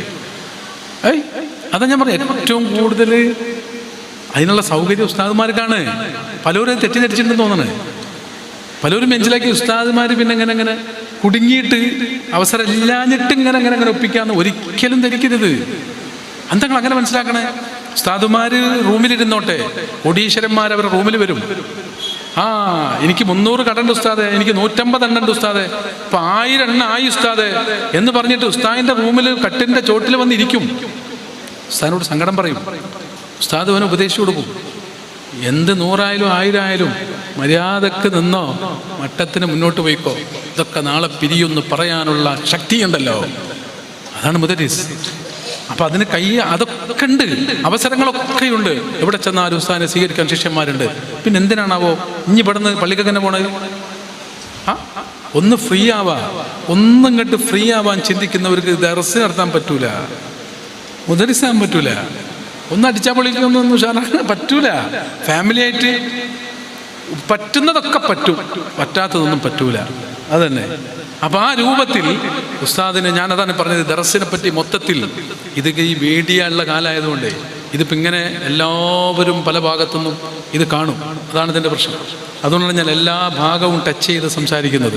അപ്പം അതുകൊണ്ട് അങ്ങനത്തെ കാര്യങ്ങളിലെ കുറവുകളും പോരായ്മകളും ചർച്ച ചെയ്ത് അതൊരു പ്രശ്നമായി വീർപ്പിക്കുന്ന ആളുകൾക്ക് ഒരു ദിവസം ഒരൊറ്റ ആഴ്ച അവരുടെ നിത്യ ജീവിതത്തിലെ സകല പ്രക്രിയകളും ഒരു സമൂഹത്തിന്റെ മുമ്പിൽ പ്രദർശിപ്പിച്ചുകൊണ്ട് നിൽക്കാൻ അവർ തയ്യാറാണോ എന്ന് ആലോചിച്ചിട്ട് മതി ബാക്കി കാര്യങ്ങളൊക്കെ. ഞാൻ പറയുന്നത് അങ്ങനെ ശുദ്ധിയുള്ള ഒരു സംവിധാനത്തിലൂടെയാണ് അവർ വിദ്യാർത്ഥികളെ വാർത്തെടുക്കുന്നത്. അതുകൊണ്ടാണ് അവർ നിലനിൽക്കുന്നത്. പിന്നെ ഈ ഒതുങ്ങൽ ഇതൊരിക്കലും ഒരു ചെറുതാകലാണെന്ന് നമ്മൾ കരുതരുത്. നേരത്തെ ഞാൻ പറഞ്ഞല്ലോ, ചെറുതാകലല്ല ഇത്. അവർക്ക് വലിയ സുഖമാണ്. നിങ്ങൾക്കറിയാം, അമേരിക്കയിൽ പോവും, UAE പോവും, എല്ലാ സ്ഥലത്തും വലിയ സ്വീകരണമൊക്കെ കിട്ടിയിട്ട് ഉസ്താദ് നേരെ വന്ന് മർക്കസിൽ നിന്ന് സുൽത്താൻ ഉലമ ഉസ്താദ് അവർകൾ ബുഖാരി ക്ലാസ് എടുക്കും. ഒരു മാറ്റമില്ലാതെ എങ്ങനെങ്കിലും ക്ലാസ്സിലെത്തും. ഉസ്താദ് പറയും, ഇപ്പോഴാണ് ഒരു സമാധാനം വന്നത്. എത്ര വലിയ ഹോട്ടലിലും സുഖമില്ല അവർക്ക്, എത്ര വലിയ 5 സ്റ്റാർ ഹോട്ടലിലും ഹരമില്ല അവർക്ക്. ദർസിൽ വന്നിരിക്കുമ്പോഴാണ് ഹരം. അതല്ലെങ്കിലും പഠിപ്പിക്കുക എന്ന് പറയുന്നത്, ഒരു കാര്യം പറഞ്ഞു കൊടുക്കുക എന്ന് പറയുന്നത് വല്ലാത്ത ആനന്ദമുള്ള കാര്യമാണ്. അതും അള്ളാഹുവിനെ കുറിച്ചാണെങ്കിലോ മുത്തുനബിയെ കുറിച്ചാണെങ്കിലോ ആഖിറത്തെ കുറിച്ചാണെങ്കിലോ മരണം നല്ലതാവാൻ കാരണമായ അതിനുവേണ്ടിയുള്ള ദർസിലാണെങ്കിലോ. അപ്പൊ ഇത്രയും ഭാഗ്യം ലഭിച്ച മറ്റൊരു മേഖലക്കാരില്ല. ഏറ്റവും വലിയ ആളുകൾ ഖൈറുക്കും, അതിൽ നിങ്ങളെ മുതലാളിമാരായിക്കോട്ടെ, രാഷ്ട്രീയക്കാരായിക്കോട്ടെ, ആരായിക്കോട്ടെ, ഖൈറുക്കും മൻ തഅല്ലമൽ ഖുർആന വഅല്ലമഹ, അത് വിശദീകരിച്ചു കൊടുക്കുന്ന അവരാണ് നിങ്ങളിൽ ഏറ്റവും ഉത്തമരെന്ന് മുത്തുനബി സ്വല്ലല്ലാഹു അലൈഹി വസല്ലം. അതുകൊണ്ട് തന്നെ നമ്മൾ പ്രതിജ്ഞ എടുക്കണം, പ്രായമായാലും പഠിക്കണം, പ്രായമായാലും പഠിക്കണം. മദീനത്ത് പഠിച്ചിരുന്ന ഉസ്താദുമാർ അല്ലെ മുതഅല്ലിമീങ്ങൾക്ക്, പെണ്ണെട്ടിയ മുതഅല്ലിമീങ്ങളൊക്കെ ഉണ്ടായിരുന്നു, നല്ല പ്രായമുള്ള മുതഅല്ലിമീങ്ങളൊക്കെ ഉണ്ടായിരുന്നു അന്ന്. പ്രായമൊന്നും അതിന് പരിധിയല്ല. നമ്മുടെ നാട്ടിൽ ഉസ്താദിന്റെ അരികിൽ നമുക്കൊക്കെ ഇറങ്ങി വരാനും ചെല്ലാനും ഒരു മുതഅല്ലിമാകാൻ എങ്ങനെങ്കിലും നമ്മൾ ശ്രമിക്കുക. നമ്മുടെ പരിസരത്തുള്ളവർക്കൊക്കെ ദറസിന്റെ പ്രകാശം അവരിലേക്കൊക്കെ എത്തിച്ചു കൊടുക്കുക. അതിൻ്റെ ആളുകളായി നാം ഓരോരുത്തരും പ്രവർത്തിച്ചു കൊണ്ടിരിക്കുക. അങ്ങനെ നമുക്ക് നല്ലൊരു മരണം പ്രതീക്ഷിക്കാം. അല്ലാഹു തൗഫീഖ് നൽകട്ടെ. ദറസിന്റെ മേഖലയിൽ ഇറങ്ങുന്ന വിദ്യാർത്ഥികൾക്ക് പലപ്പോഴും ഇതിൻ്റെ മഹത്വം അറിയാത്തത് കൊണ്ട്, ഇതെങ്ങനെ എന്ന് തിരിച്ചറിയാത്തത് കൊണ്ട്, ഒരു കുനിഞ്ഞു കയറുന്ന വീട്ടിലായിരുന്നു AP ഉസ്താദ് എന്ന. കുനിഞ്ഞു കയറുന്ന വീട്, നേരിട്ടാണ്ട് കടക്കാൻ പറ്റില്ല ഉസ്താദ് അവർക്ക്, നേരിട്ട് കടക്കാൻ പറ്റില്ല, തല കിട്ടും. അങ്ങനത്തെ ഒരു വീട്, ബസ്സിൽ യാത്ര ചെയ്യും, സാധാരണ ജീവിതം ഒന്നുമില്ല. പക്ഷേ ദർസിൽ മര്യാദക്കോതി ഉസ്താദുമാരെ സ്വീകരിച്ചു, അനുസരിച്ചു, ജീവിച്ചു. അങ്ങനെ വളർന്നപ്പോൾ ഇന്നാരാണ് AP ഉസ്താദ് അവർകൾ? പള്ളി ദർസിലൂടെ വളർന്നതല്ലേ. ഇന്നാരാണ് ഉസ്താദ് അവർകൾ? പള്ളി ദർസിലൂടെ വളർന്നതല്ലേ. അതുകൊണ്ട് അതിൻ്റെ മഹത്വം നമുക്ക് മനസ്സിലാകണം. നമ്മൾ ആ മേഖലയെ സ്നേഹിക്കുകയും ഇഷ്ടപ്പെടുകയും അതിനുവേണ്ടി പ്രവർത്തിക്കുകയും വേണം. അപ്പം അതുകൊണ്ട് അതിനെ ആലിമൻ, നീ ആലിമാകണം എന്ന് പറഞ്ഞാൽ വേറൊന്നും ആകരുത് തന്നെ അർത്ഥം. ഈ 5 സാധ്യതകൾ വെച്ചിട്ട് പലരും വിചാരിച്ചത് ആലിമാകണം, അല്ലെങ്കിൽ പിന്നെ എങ്ങനെ ആവണം, ഇതിന് ഒരേപോലത്തെ സ്ഥാനമല്ലല്ലോ. നീ ആലിമാകണം, ഉറപ്പായിട്ടും ആകണം. ആകണമെങ്കിൽ എന്ത് ചെയ്യണം? മുതഅല്ലിമാവണം, ഉറപ്പല്ലേ? അപ്പൊ മുതഅല്ലിമാകണമെങ്കിൽ എന്ത് വേണം? മുസ്തമി ആവണം. മുസ്തമി ആവണമെങ്കിൽ എന്ത് വേണം? മുഹിബ്ബാവണം. അപ്പൊ ഇതല്ലാതെ ഒരു രക്ഷയില്ലല്ലോ. അപ്പോ ഇങ്ങനെയാണ് മനസ്സിലാക്കേണ്ടത്. നീ ഒന്നുകിൽ മുഹിബ്ബാകണം എന്ന് പറഞ്ഞാൽ നിനക്ക് ഇതിനെ ഭയങ്കര ഇഷ്ടമാണ്. അപ്പൊ പിന്നെ എന്തായാലും ഇത് കേൾക്കുമല്ലോ. അപ്പൊ മുസ്തമി ആവുമല്ലോ. പിന്നെ മുസ്തമി ആവുമ്പോ പിന്നെ എന്താവും? സ്വാഭാവികമായിട്ട് മുതഅല്ലിമാവുമല്ലോ. മുതഅല്ലിമാവും പിന്നെ ആലിമാവുമല്ലോ. അപ്പൊ അതിനെ സ്നേഹിക്കണം, അതാവാൻ ശ്രമിക്കണം. അതിനേക്കാൾ വേറെ ഒന്നും ഇല്ല എന്നാണ് പറയുന്നത്. അപ്പൊ എത്രത്തോടത്തേക്ക് എത്താം? ഏതായാലും സ്നേഹിക്കൂ, ശ്രവിക്കൂ, പഠിക്കൂ, ആലിമായി മാറാൻ ശ്രമിക്കൂ. ആ യാത്രയിൽ എവിടെ വെച്ച് പിരിഞ്ഞാലും മുഹിബ്ബ് ചുരുങ്ങിയതാവാതെ പിരിയാൻ പറ്റില്ലല്ലോ. അപ്പൊ നമ്മൾ ഓതാൻ പോകുന്ന സമയത്ത് പിരിഞ്ഞാൽ അവനൊരു മുഹിബ്ബായി പിരിയും, മതി. അതല്ലെങ്കിൽ മുഹിബ്ബാണ്. ഇതിന് ഞാൻ പറയാൻ കാരണമുണ്ട്. എനിക്ക് ഭയങ്കര മഹബത്താന്ന് പറഞ്ഞാൽ ഉണ്ടാവില്ല ചില ആൾക്കാർ. പിന്നെ അതെന്ത് മഹബത്ത് നീ മുഹിബാകണമെന്ന് പറഞ്ഞാൽ നിന്റെ ഹൃദയത്തിൽ മഹബത്ത് ഉണ്ടാകണമെന്നാണ്. മഹബത്ത് ഉണ്ടെങ്കിൽ പിന്നെ ഒരു അടയാളമൊക്കെ ഉണ്ടാവില്ലേ? അതിന്റെ അടയാളത്തിൽ പെട്ടതാണ് പരമാവധി വന്ന് കേൾക്കുക. അതിന് ഉസ്താദെ ഞാൻ കടലിൽ പോയി തിരിച്ചു വരില്ലേ, ക്ഷീണം കൊണ്ട് ഉറങ്ങല്ലേ, എന്റെ ജീവിതം മുന്നോട്ട് പോകുന്നില്ലല്ലോ, എനിക്ക് പഠിക്കാൻ സമയമില്ലല്ലോ. ശരി, ചെറിയൊരു ഗ്യാപ്പ് ഉണ്ടോ? ഞാൻ പള്ളിക്കലുണ്ട്.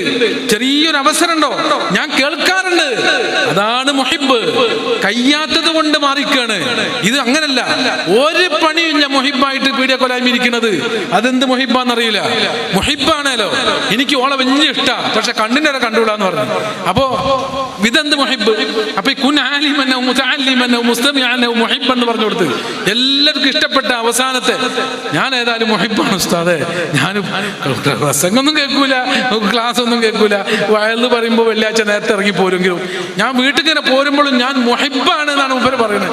അപ്പൊ ആ കണ്ണടച്ചിട്ടുള്ള ആ ഒരു വ്യാഖ്യാനത്തിൽ ആരോ പെട്ടുപോയോ എന്ന് തോന്നിയത് കൊണ്ട് നേരത്തെ അവിടെ ഓതിയ ഹദീസ് ഇവിടെ ഓതുന്ന സമയത്ത് ഞാനിങ്ങനെ അവിടെ ഇരുന്നിട്ട് ഞാൻ ആലോചിച്ച് പഠിച്ചോനെ അവസാനത്തെയുമേ കൂടി ഇങ്ങനെ മുന്നോട്ട് പോകാനുള്ള ഒരു സാധ്യത എന്ന് അപ്പൊ ഇങ്ങനെ മനസ്സിൽ വന്നപ്പോൾ അതുകൂടി ചർച്ചയിൽ വന്നെന്ന് മാത്രം. അതുകൊണ്ട് പറഞ്ഞതാണ്. അപ്പൊ ചുരുക്കി പറഞ്ഞാൽ കുൻ ആലിമൻ, ജി ആലിമാവുക, ബസ് പരിപാടി കഴിഞ്ഞു എന്ന് പറഞ്ഞ് നീ അറിയുക, നീ പഠിക്കുക, നീ മനസ്സിലാക്കുക, വേറെ ഒന്നുമില്ലല്ലോ. ആലിമാകാനാത്രാണ്ട് എത്തിപ്പെട്ടില്ലെങ്കിൽ മുതാലിമാവും. അതിന് ഈ പണിയും തിരക്കൊക്കെ പാടല്ല ഉസ്താദ്, എന്താ കാട്ട മുസ്തമിയാവും. ചുരുക്കി പറഞ്ഞാൽ എന്തായാലും മുഹിബായിരിക്കും. അപ്പൊ ഗ്യാപ്പുകളിൽ മുഴുവൻ നമ്മൾ ആ സ്നേഹം പ്രകടിപ്പിക്കാൻ നമ്മൾ തയ്യാറാവണം. ഇപ്പൊ പ്രസംഗം നമുക്ക് ഇഷ്ടമാകണം, ക്ലാസ് നമുക്ക് ഇഷ്ടപ്പെടണം. ഇപ്പൊ ദർസിൽ പോകുന്നതോ പഠിക്കുന്നതോ ഉസ്താദിന്റെ ക്ലാസ് കേൾക്കണോ ഇഷ്ടമില്ലാതെ പിന്നെ എങ്ങനെ മുഹിബായി? അപ്പൊ മുഹിബ് എന്ന് പറഞ്ഞാൽ അടയാളം പ്രകടമാകണമെങ്കിൽ നമ്മൾ ഇതൊക്കെ ആലോചിക്കേണ്ടതുണ്ട്. നമ്മുടെ നാട്ടിൽ നമ്മളൊക്കെ ജീവിക്കുന്നു. ഞാൻ യഥാർത്ഥത്തിൽ ഈ മുഹിബ് എന്ന അവസാനത്തെ പദവിയിൽ ഞാൻ ഉണ്ടെന്ന് ഞാൻ പറഞ്ഞ് സമാധാനിക്കുന്നു. പക്ഷേ യഥാർത്ഥത്തിൽ പറയുന്ന ഞാനടക്കമുണ്ടോ എന്ന് നാം പരിശോധിക്കണം, വിചിന്തനം നടത്തണം. അല്ലാഹു നമ്മുടെ ഖൽബ് നന്നാക്കട്ടെ. മഹബ്ബത്ത് എന്ന് പറയുന്നത് അത് എന്തിനോടാണോ ബന്ധപ്പെടുന്നത് അവിടെ പിന്നെ ഒന്നും പ്രയാസമായി തോന്നില്ല, ഒന്നും ബുദ്ധിമുട്ടായി അനുഭവപ്പെടില്ല. നമുക്കൊക്കെ ഉമ്മയും ബാപ്പയും കുടുംബവും ഒക്കെ വലിയ വിഷയമാണ്. ആരോ ഏതോ ഒരു ചെക്കനെ പ്രേമിച്ച പെണ്ണിന് ഉമ്മയും പ്രശ്നമില്ല, ബാപ്പയും പ്രശ്നമില്ല, നാട്ടുകാരൊന്നും പ്രശ്നമില്ലാതെ പോയില്ലേ? അപ്പൊ ഇതൊരു ഭാരമല്ലേ? ഇതൊരു പ്രശ്നമല്ലേ? ഉമ്മ തെറ്റാ വിഷമല്ലേ? ഉമ്മ തെറ്റാ വിഷമല്ലേ? എന്റെ ഉമ്മച്ചി എന്നോട് തെറ്റാന്ന് പറഞ്ഞാൽ സഹിക്കോ നമുക്ക്? പക്ഷെ ഓൾക്ക് സഹിക്കാൻ കഴിയുന്നുണ്ട്. ഇപ്പച്ചി തെറ്റാ, ഇപ്പച്ചി പോയി പണിയൊക്കാൻ പറയാണ്. ആങ്ങളമാര് മുഴുവനും തെറ്റി, നാട്ടിലെ ഖത്തീബ് തെറ്റി, നാട്ടിലെ മഹല്ല് കമ്മിറ്റി മുഴുവനും തെറ്റി, എല്ലാവരും തെറ്റി. പക്ഷെ ഓൾക്ക് അതൊരു വിഷയമേ അല്ല. കാരണം പ്രേമം കൽബിൽ കുടുങ്ങിയപ്പോ ഇതെല്ലാം വലിച്ചെറിഞ്ഞവളോടാൻ തയ്യാറായെങ്കിൽ, ഇൽമിനോട് മഹബ്ബത്ത് വന്നാൽ, അതിനെ സ്നേഹിക്കുന്നവനായാൽ, പിന്നെ ഭൗതികമായ നമ്മളൊക്കെ വലിയ ആനത്തല പോലെ കാണുന്ന കാര്യങ്ങൾ ഒരു മുഹിബിനൊരു വിഷയമേ ആവുകയില്ല. എന്നു മാത്രമല്ല, അവർ വല്ലാത്ത സ്വർഗത്തിലാണ്, വല്ലാത്ത ആനന്ദത്തിലാണ്. ഭയങ്കര സുഖമായിരിക്കും മുദരിസിന്. അത് നമുക്ക് ഇനിയിപ്പോൾ നമ്മൾ പറയാതിരുന്നിട്ട് കാര്യമില്ലല്ലോ വെച്ചിട്ടാണ്. ദർസ് നടത്തുന്ന സമയത്ത് ഉസ്താദിന് കിട്ടുന്ന ഒരു സുഖം നിങ്ങൾക്ക് എല്ലാവർക്കും ഓതാൻ തോന്നും. ആ ആനന്ദം, അതിൻ്റെ സുഖം, സന്തോഷം, എല്ലാ പ്രശ്നങ്ങളും മറക്കും, എല്ലാം മറന്നുപോകും. മുത്തുനബി പറഞ്ഞത് അങ്ങനെ പറഞ്ഞു കൊടുക്കുന്ന ഒരു ആനന്ദം വേറെയാണ്. ഒരു വലിയ ഭാഗ്യവാന്മാരാണ്. നമുക്കതിന് സാധിക്കണം. നമ്മളെ മക്കളിൽ പണ്ഡിതന്മാർ വളർന്നു വരണം. അള്ളാഹു തൗഫീഖ് നൽകട്ടെ, അള്ളാഹു തൗഫീഖ് നൽകട്ടെ. അതിനുള്ള മഹബ്ബത്ത് നമ്മുടെ ഖൽബിൽ ഈ മജ്ലിസിൽ വെച്ച് അള്ളാഹു മുളപ്പിച്ചു തരട്ടെ. നമ്മുടെ പേരക്കുട്ടികളിലൂടെ ഈ പരമ്പര, നമ്മുടെ പരമ്പര ഇൽമിൻ്റെ പരമ്പരയായി അള്ളാഹു നിലനിർത്തി തരട്ടെ. എല്ലാ പ്രയാസങ്ങളിൽ നിന്നും ഈ മജ്ലിസിൽ വന്ന് നമുക്ക് അള്ളാഹു രക്ഷയും സമാധാനമുള്ള ജീവിതവും അള്ളാഹു നൽകി അനുഗ്രഹിക്കട്ടെ. എല്ലാവർക്കും 2 മിനിറ്റ് എന്തെങ്കിലും ഒന്ന് ചെല്ലാന്നുള്ള രൂപത്തിൽ ഒന്ന് എണിച്ചെന്നാൽ ഒരു റാഹത്താവും തോന്നുന്നുണ്ട് എനിക്ക്, ഒരു വിഷമമില്ലാത്തൊരു അല്ലേ. സ്വല്ലല്ലാഹു അലാ മുഹമ്മദ് സ്വല്ലല്ലാഹു അലൈഹി വസല്ലം സ്വല്ലല്ലാഹു محمد صلى الله عليه وسلم صلى الله على محمد صلى الله عليه وسلم أنت شمس أنت بدر أنت نور أنت إكسير وغالي أنت مصباح الصدور صلى الله على محمد صلى الله عليه وسلم محمد صلى الله عليه وسلم وشكوت إليه ذنوبي فاستغفر لي محبوبي ورجعت بدون عيوبي من عند رسول الله صلى الله على محمد صلى الله عليه وسلم صلى الله على محمد صلى الله عليه وسلم. അവിടുത്തെ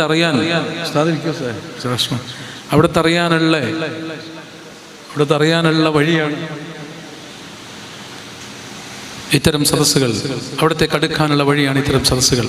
ആ സ്നേഹമാണ് നമ്മെ, നമ്മുടെ മക്കളെ, നമ്മുടെ ഭാര്യ, കുടുംബങ്ങളെ, മുഴുവൻ ഹൃദയങ്ങളെയും യഥാർത്ഥത്തിൽ അടക്കി ഭരിക്കേണ്ടത് മുത്ത് നബി സ്വല്ലല്ലാഹു അലൈഹി വസല്ലമ തങ്ങളോടുള്ള മഹബ്ബത്താണ്. ആ മഹബ്ബത്ത് അവിടുത്തെ അറിയാൻ, അവിടുത്തെ എങ്ങനെയായിരുന്നു അവിടുന്ന് എന്നറിയണ്ടേ? അപ്പോഴാണല്ലോ അവിടുത്തെ അറിയാം. അവിടുത്തെ ചരിത്രം, എങ്ങനെ എഴുന്നേൽക്കും, എങ്ങനെ കിടക്കും, എങ്ങനെ നടക്കും, എങ്ങനെ ഭക്ഷണം കഴിക്കും, എങ്ങനെ സംസാരിക്കും, എന്തൊക്കെയായിരുന്നു അവിടുത്തെ താല്പര്യങ്ങൾ, എന്തൊക്കെയായിരുന്നു അവിടുത്തെ ഇഷ്ടങ്ങൾ, അതെല്ലാം അറിയുക എന്ന് പറയുന്നത് ഈ പഠനത്തിലൂടെ മാത്രം സാധിക്കുന്ന കാര്യമാണ്. നമുക്കൊരു മഹബ്ബത്ത് ഇപ്പോൾ വരണം. എനിക്കൊന്ന് അറിയണം എങ്ങനെയായിരുന്നു അവിടുന്ന്, എങ്ങനെയായിരുന്നു റബ്ബേ അവിടുന്ന്. ഈ ഒരു അറിയാനുള്ള ത്വര നമ്മുടെ കൽവിൽ ഈ മഹബ്ബത്തിൻ്റെ അടയാളമായി നാം കണക്ക് കൂട്ടണം. അങ്ങനെ ഒരു താല്പര്യമില്ലെങ്കിൽ മഹബ്ബത്തില്ലായ്മയുടെ അടയാളമായി അള്ളാഹു കാക്കട്ടെ. അങ്ങനെ ഒന്ന് അറിയാൻ പോതില്ലെങ്കിൽ അതൊരു നല്ല സൂചനയല്ല. നമുക്കിങ്ങനെ അറിയാൻ പോതില്ല, ഇരുന്നോളി, നമുക്കറിയാൻ പോതില്ല. ഏതോ ഒരു ചങ്ങായിനെ കുറിച്ച്, ഒരു നടനെക്കുറിച്ച് നമുക്ക് എങ്ങനെയാണ് മൂപ്പരൊക്കെ കാര്യങ്ങൾ ഇപ്പം അങ്ങനെയൊക്കെ ഇൻ്റർവ്യൂ ഒക്കെ നടത്തുക. നിങ്ങൾ എങ്ങനെ ഭക്ഷണം കഴിക്കും? ഒരാൾ മറ്റാൾ ഞാൻ എങ്ങനെ ഭക്ഷണം കഴിക്കുമെന്ന് മറ്റാൾ വിശദീകരിക്കും. എപ്പോൾ എണിക്കും? കറക്റ്റ് 9:30-10 മണിയാകുമ്പോൾ എണിക്കും. അപ്പം ഇത് മറ്റുള്ളവരിങ്ങനെ കേൾക്കുകയാണ്. നമ്മുടെ മക്കളാണ് കേൾക്കുന്നത്. ഇന്റർവ്യൂ നടത്തല്ലേ? എന്താ അറിയാനുള്ള പൂതി, ഇവരെങ്ങനെ എണിക്കുന്നു അറിയാനുള്ള പൂതി. എന്നിട്ട് അങ്ങനെ എണിക്കാനുള്ള കണ്ടങ്ങള്. ഇപ്പൊ ഈ കളിക്കാരും ഈ ആൾക്കാരൊക്കെ ഇത് വലിയ അപകടമാണ്. അത് ഇതിന്റെ മറ്റൊരു ഭാഗമാണല്ലോ അത്. അതുകൊണ്ടാ പറഞ്ഞത്, അവര് കളി കഴിഞ്ഞിട്ട് ഗോളടിച്ചിട്ട് നേരെ പോയിട്ട് ഒരു സ്മോൾ അടിക്കും. മനസ്സിലാക്കണം നിങ്ങൾ. ഒരു ഗോളടിക്കും, എന്നിട്ട് നേരെ പോയിട്ട് ഒരു ചെറിയ സ്മോൾ അടിക്കും. ഈ ഗോളടിന്റെ ശേഷം ഉണ്ടല്ലോ, അത് ഇപ്പച്ചും കാണൂല, കുട്ടികൾ കാണും. ഇമ്മച്ചി എന്ത് ചെയ്യും? ഇപ്പച്ചൊക്കെ ഗോള് കാണി എല്ലാരും കൂടി ഗോൾ എന്ന് പറഞ്ഞ് കൈയടിക്കും. എല്ലാരും പോയി കിടന്നുറങ്ങുമ്പോ ആള് സംഭവമാണല്ല എന്ന് കുട്ടിക്ക് തോന്നി. ആര്? ഗോളടിച്ച ചങ്ങായി. സംഭവമല്ല പെച്ച്. അപ്പൊ പെച്ചിക്കും ഫാൻ ഉണ്ടെന്നാ കേട്ടെ. പെച്ചിക്കൊരു ഫാനും മെച്ചിക്ക് വേറെ ഫാനൊക്കെ അല്ലേ? അപ്പൊ ഒക്കെ ഫാനല്ലേ? ആ കാറ്റത്തിലാണല്ലോ ജീവിച്ചു പോണേ. അപ്പൊ ഈ കുട്ടി എന്ത് ചെയ്യുന്ന വെച്ചാല് ഇതൊക്കെ കഴിഞ്ഞിട്ട് ഇമ്മച്ചി ഉറങ്ങുമ്പോ കുട്ടിക്ക് ഇയാളെ ഭയങ്കര ഫാനായല്ലോ കുട്ടിക്ക് ഇപ്പൊ ഇയാളെ പറ്റി അറിയണം. അതാണ് ഞാൻ നേരത്തെ പറഞ്ഞത്, സ്നേഹം ഉണ്ടായിക്കഴിഞ്ഞാൽ പിന്നെ ബാക്കി അവര് നോക്കിക്കോളൂ. സ്നേഹം ഉണ്ടായിക്കഴിഞ്ഞാൽ പിന്നെ നമ്മൾ റിസ്ക് എടുക്കണ്ട, കാര്യങ്ങൾ ഒരു നോക്കിക്കോളൂ. സ്നേഹമില്ലാത്തതുകൊണ്ടാണ് നമുക്കിതൊക്കെ ഭാരമാകുന്നത്. ഇല്ല അലൽ ഖാശിഈൻ, മറ്റെന്തൊക്കെയോ കയറി കൂടിയത് കൊണ്ടാണ്. ഇന്നഹാ ലകബീറത്തുൻ ഇല്ല അലൽ ഖാശിഈൻ. അപ്പോൾ ആ കുട്ടി അത് സെർച്ച് ചെയ്യും. എന്നിട്ട് മെസ്സി എന്താ കാട്ടണമെന്ന് നോക്കും. ഒരു ഉദാഹരണത്തിനാണ്. അതല്ലെങ്കിൽ ഇനിയിപ്പോൾ അതിൻ്റെ വേറെ ഫാൻ ഉണ്ടെങ്കിൽ എല്ലാവരെങ്കിലും കൂട്ടിക്കോളി. അവരൊക്കെ എന്താ കാട്ടണമെന്ന് നോക്കും. അപ്പം ഇവർ രാത്രി ഒന്ന് എൻജോയ് ചെയ്യാൻ വേണ്ടി ഇവർ സ്മോൾ അടിക്കുമ്പോൾ ഇത് ഈ കുട്ടി കാണുകയാണ്. അപ്പം എനിക്ക് ഏറ്റവും ഇഷ്ടപ്പെട്ട താരത്തിന് ഇത് ഭയങ്കര ഇഷ്ടമാണ്, പ്രത്യേക ഒരു കുട്ടി ഇഷ്ടമാണെങ്കിൽ ഈ കുട്ടിയുടെ കൽബിൽ അറിയാതെ ആ ഒരു കളിക്കാരൻ കയറുമ്പോൾ ചെറിയ ഈ സ്മോൾ ഒരു വലിയ വിഷയമൊന്നും ആവില്ല, അത് സ്മോളാവും. അതങ്ങനെയാണ്. അത് പിന്നെ വലുതാവൂല, വലിയൊരു സംഭവം ആവൂല. അത് നിങ്ങൾ മനസ്സിലാക്കണം. അപ്പം ഈ കുട്ടിക്ക് അതിനോട് ഗൗരവം കുറഞ്ഞ് വരും. അപ്പം എന്ത് ചെയ്യും നമ്മൾ? വലിയ പ്രശ്നമാണിത്, ചെറിയ വിഷയമല്ല. അത് നോക്കാൻ ആ കുട്ടിക്ക് പറ്റുമോ? ഉമ്മച്ചും കാണിച്ചു കൊടുക്കണ്ട, അപ്പച്ചും കാണിച്ചു കൊടുക്കണ്ട. അത് ഇതുവരെ നമ്മളെ കേരളത്തിൽ കാലുകുത്താത്ത ഒരാളെ നെഞ്ചിലേറ്റി നടക്കുന്ന വിദ്യാർത്ഥികൾ റോഡിൻ്റെ സൈഡുകളിൽ അവർ ഈ പേരും ഫോട്ടോ വെക്കാൻ വേണ്ടി പാടുപെടുന്നത് കാണുമ്പോൾ ഈ മീഡിയയുടെ ഒരു അവസരം, മീഡിയ ചെയ്തു കൂട്ടിയത് എന്താണെന്ന് നമ്മൾ മനസ്സിലാക്കണം. ഒരു തവണ കേരളത്തിൽ വന്നിട്ടില്ല, ഇന്ത്യയിൽ വന്നിട്ടില്ല, മലപ്പുറം ജില്ലയിൽ വന്നിട്ടില്ല, നമ്മുടെ ചെമ്മാടോ പരിസരത്തോ എത്തിയിട്ടില്ല, ഒരു തവണ പോലും വന്നിട്ടില്ല. പക്ഷേ വിദ്യാർത്ഥികളെ ഹൃദയത്തിൽ അത് ഇടം പിടിച്ചുറപ്പിച്ചു കഴിഞ്ഞു.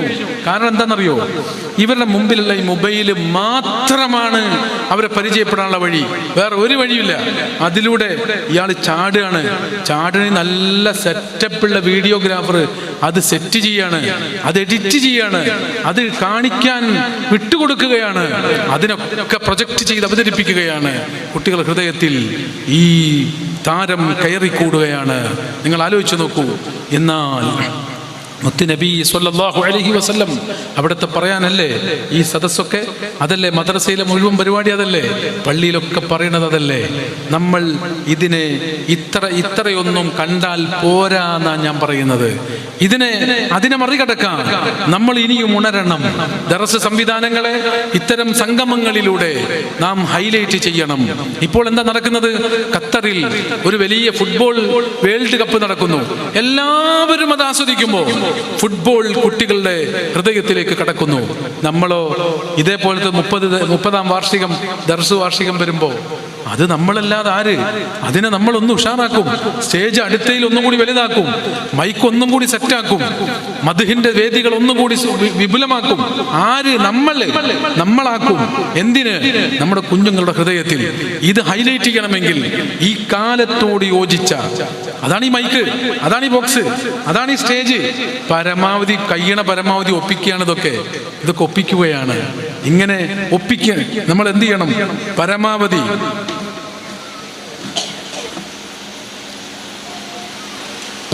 നമ്മൾ എന്ത് ചെയ്യണം? അത്തരമൊരു സ്നേഹത്തിന് വേണ്ടി ഈ വേദികൾ ഉപയോഗപ്പെടുത്തണം. അള്ളാഹു തൗഫീഖ് നൽകട്ടെ. നമ്മുടെ ഹൃദയം അള്ളാഹു ശുദ്ധിയാക്കി തരട്ടെ.